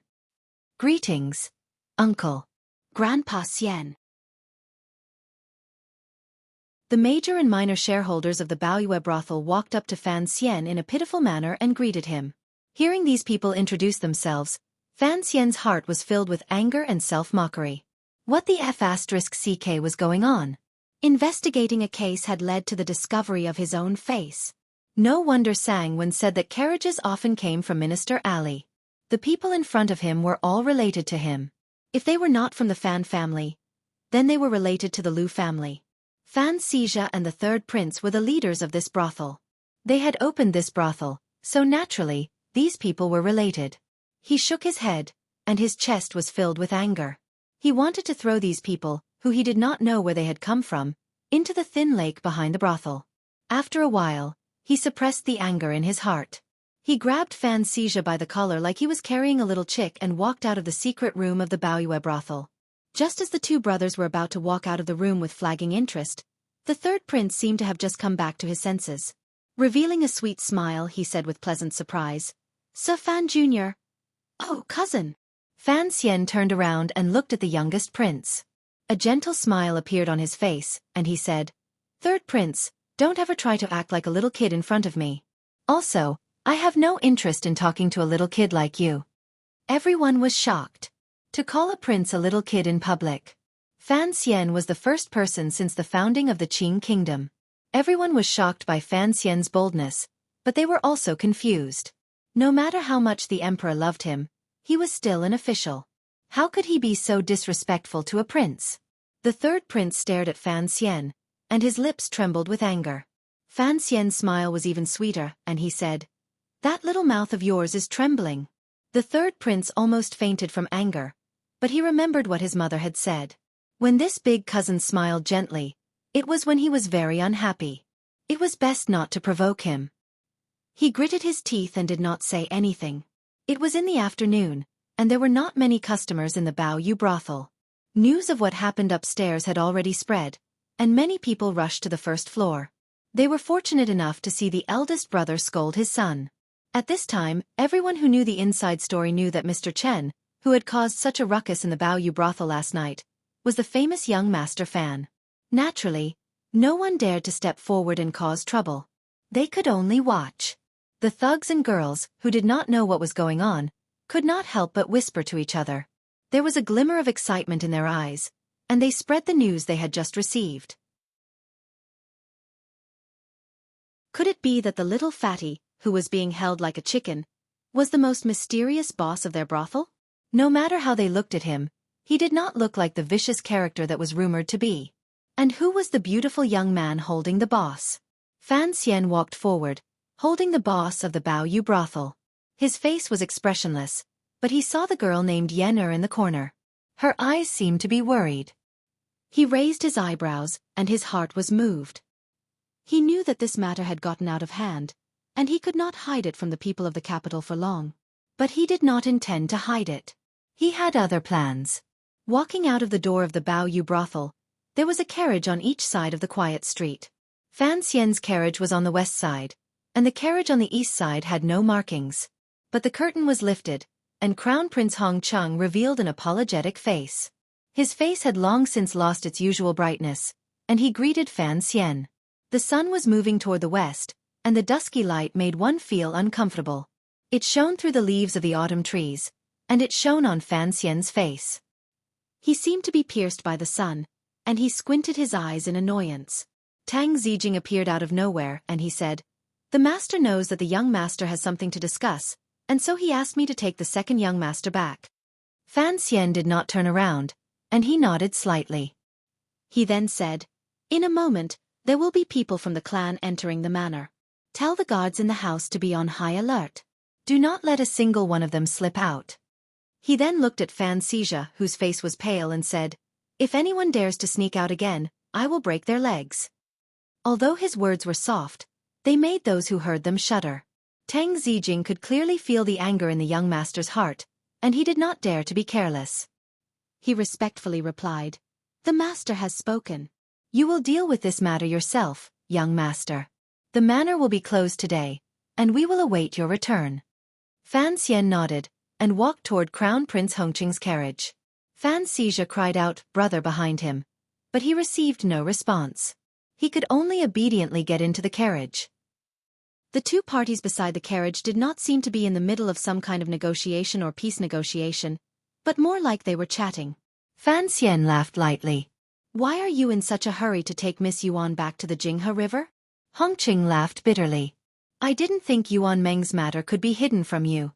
Fan Xian replied, "You know what I do for a living. It's difficult to hide something like this from me." Li Hongqing moved slightly to the side, and invited him into the carriage.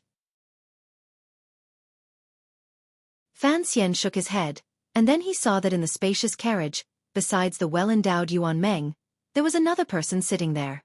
That noble person was half squatting on the seat, looking at Fan Xian with a warm and sincere gaze. Fan Xian's pupils shrank, but he immediately returned to normal. He smiled and cupped his hands in salute. "Greetings, Your Highness. Back in the spring, we weren't so distant." The second prince's thin lips moved slightly, and there was a look of pity in his clear eyes. He slowly said, "How did you suddenly become like this?" Fan Xian laughed. "Perhaps I don't know how to appreciate favors." The second prince was silent for a moment. After a while he said, "This is not a good place to talk. Master Fan, would it be possible for us to talk in detail?" Fan Xian's smile faded, and he shook his head. "I'm in a hurry to go home and deal with that useless child of mine.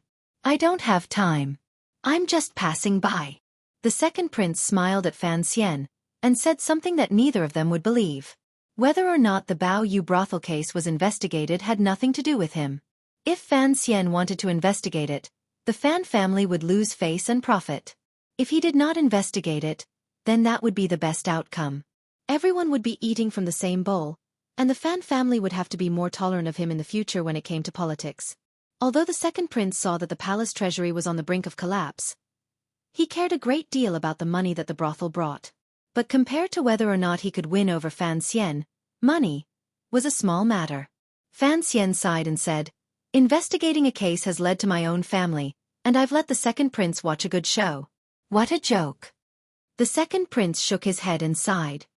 "I can't laugh. The Bao Yu brothel's business is too complicated. Although I didn't get involved, I know that aside from the third prince, at least 70% of the shares are in the hands of Fan Xija. You are brothers, after all. If you can't, then let it go." The two of them were talking about something else, and they both knew what they were talking about. Where did he get the money to be a big boss? Fan Xian shook his head and smiled wryly. Hong Yigong's two grandsons also paid a lot of money. The second prince seemed to be kind enough to remind Fan Xian. Hong Yigong was in the Lu Manor. Fan Xian pretended to be surprised, and then sadly said, "It looks like we will have to stop investigating this case." The second prince knew that not investigating the case meant that Fan Xian was willing to make peace for the time being. He was happy, and the smile on his face was very genuine. He said, "Although everyone's status is different, we are all poor people who live in the capital. You are an important person in the manor, and you have to make decisions for your children." Fan Xian said, "I won't lie to you, Your Highness. I am not a pure official who is loyal to the law." He looked straight into the second prince's eyes and said, "Besides, Your Highness has calculated all the details. How can I not give in?" The second prince was shocked. He knew that Fan Xian was not a person who would show weakness. As expected, Fan Xian clapped his hands, expressionless. Suddenly, there was a commotion in the Baoyue brothel behind the carriage. There was the sound of people and horses tumbling, tables and chairs falling to the ground, and the terrified screams of the girls in the brothel. Li Hongqing's face changed. He didn't know how many people Fan Xian had arranged for the first bureau of the Overwatch Council to be placed in the Baoyue brothel. His face was full of worry, and he said, "Nji, to be honest, even if you make this a hard case, you can't hurt us. Why go through all this trouble?" Hongqing was a very direct person, Fan Xian thought, and a self-mocking look flashed in his eyes. Seeing that he was still 1,000 miles away, no matter how much self-control the second prince had, his heart gradually grew cold. He stared into Fan Xian's eyes and said, "It is just some children's business. Xija and the third prince had nothing to do, so they set up a brothel to play. Don't take it too seriously." Fan Xian knew that the business of the Bao Yu house was far from enough to deal a blow to a prince. Furthermore, the handsome second prince in front of him had nothing to do with this brothel. If he started with Yuan Meng, he would only be able to get Hongqing involved. If he really wanted to investigate further, he would only end up hurting his own hand. "Xija is my little brother. I will think about how to discipline him." He looked back at the second prince. "But you have to discipline your own brother." Hongqing finally couldn't help but shake his head and say, "Nji, you must not misunderstand this. The business of the Baoyue brothel was indeed done by those two kids. I know Yuan Meng came to help, but the second prince and I did not interfere." Fan Xian shook his head and said, "Sometimes, not interfering and just watching is a very clever move." He looked at Hongqing with a not quite there smile and said, "And I do not believe Fan Xija has the ability to investigate the relationship between you and Yuan Meng." The raid continued, and the Baoyue brothel was still in a state of chaos. The second prince frowned and thought, "Is Fan Xian really so cold-hearted? To protect his own reputation and attack him?" Fan Xian didn't even care about the life and death of his own brother and his family. Fan Xian guessed what he was thinking, and with a self-mocking expression, he looked at the second prince and said, "Your Highness, your calculations are flawless. I do not dare investigate the Baoyue brothel. After all, I cannot personally send Fan Xija to the capital government." As long as the two sides could maintain their current peace, then the Fan and Lu families, as well as the people involved in the Baoyue brothel, would not have to face the pressure of the capital government. Even Fan Xian himself thought the second prince had played a beautiful hand. The price he asked for was not too high. After a long time, Fan Xian looked at Mu Fenger, who was far away, making a secret gesture. He knew he had not copied out the account books of the Baoyue brothel, but he never expected to do so. Fan Xija, that little rascal, was being blackmailed by the second prince. Fan Xija only knew how to be an unscrupulous businessman, but he did not know that the buttocks of a businessman were always being watched by officials. The second prince finally understood what Fan Xian wanted to do. He smiled and thought, Fan Xija was the owner of the Baoyue brothel, and there is no way Fan Xian can clear his name. The Fan and Lu families are both caught up in this. If you do not want to make a big deal out of this, you will have to make peace with yourself. The Baoyue brothel will continue to operate. Fan Xian continued to speak calmly. Your Highness, you should understand what I mean. The second prince nodded to show his agreement, but deep in his heart, he felt a strong sense of unease. He knew that Fan Xian was not easy to control, and he would not allow himself to be tied down by a brothel. He did not know what Fan Xian would do next. Fan Xian's tone changed, and he said, Hongqing, this is not right. You were sleeping outside, and I did not have the heart to tell Ruoruo about it. I hoped that after your marriage, you would be more restrained. But how could you know that Xija was doing such a shady business, and yet you did not tell us? Even if I was not in the capital at the time, could you not have told Ruoruo? After all, in a few days, you will be Xija's brother-in-law. He looked at the prince and said, Hongqing, you have disappointed me. The second prince was silent. No matter how smart he was, there was no way he could detect the hidden meaning behind Fan Xian's words. Even Li Hongqing felt guilty. He did not know what Fan Xian was planning to do with this incident, or what ulterior motives he had to achieve. The search of the Baoyue brothel continued, and the second prince thought, if you have agreed to make peace, why do you still want to search? He was worried that the black dogs of the Overwatch Council would discover the relationship between Hongqing and the brothel, and so he frowned and said, Mr. Fan, can you tell your men to stop? After all, this is the business of the capital government. The Overwatch Council interfering with government affairs is something that the Emperor has forbidden. Fan Xian smiled and said, Your Highness, I am only following orders from my family to come to this brothel and take back a few of my useless relatives. Of course, I have used the men of the First Bureau, which is a private use. But the officials of the court often call on their subordinates to help them move houses, and my subordinates only know how to fight. Asking them to help me capture a few of my relatives is not a big deal. The second prince was angry.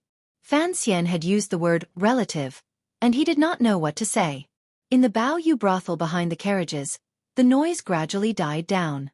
The disguised officers of the First Bureau of the Overwatch Council pulled out 7 or 8 people.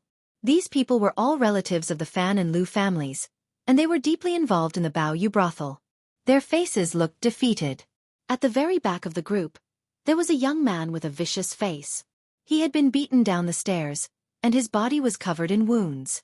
It was the young man who had wanted to kill Fan Xian the night before. Fan Xian narrowed his eyes and gazed at his terrified relatives. Through gritted teeth, he said coldly, Send them back to the manor. He turned to the second prince and softly said, Do not worry, Your Highness. What I promised you I will do. But these people are mine. It is not convenient to use the laws of the Qing kingdom to investigate them, so I will have to use the family rules to deal with them. The second prince thought to himself, no matter how you use the family rules, you cannot hide the fact that the Fan family owns the shares of the Baoyue brothel. You will not have a falling out with me, and I will let you vent your anger on your own. The second prince looked at the people of the Fan and Lu families, and his heart trembled. He did not know what kind of family rules Fan Xian was going to use to deal with them. Fan Xian looked into his eyes and suddenly said, The people who ambushed me last night, I would like to trouble you to pass on a message. From now on the streets of the capital, do not let me see them again. Yes, that is all. You're tuning in to the Xueqi's Martial Arts Saga YouTube channel. Don't forget to subscribe and join us on this journey to catch the most captivating stories.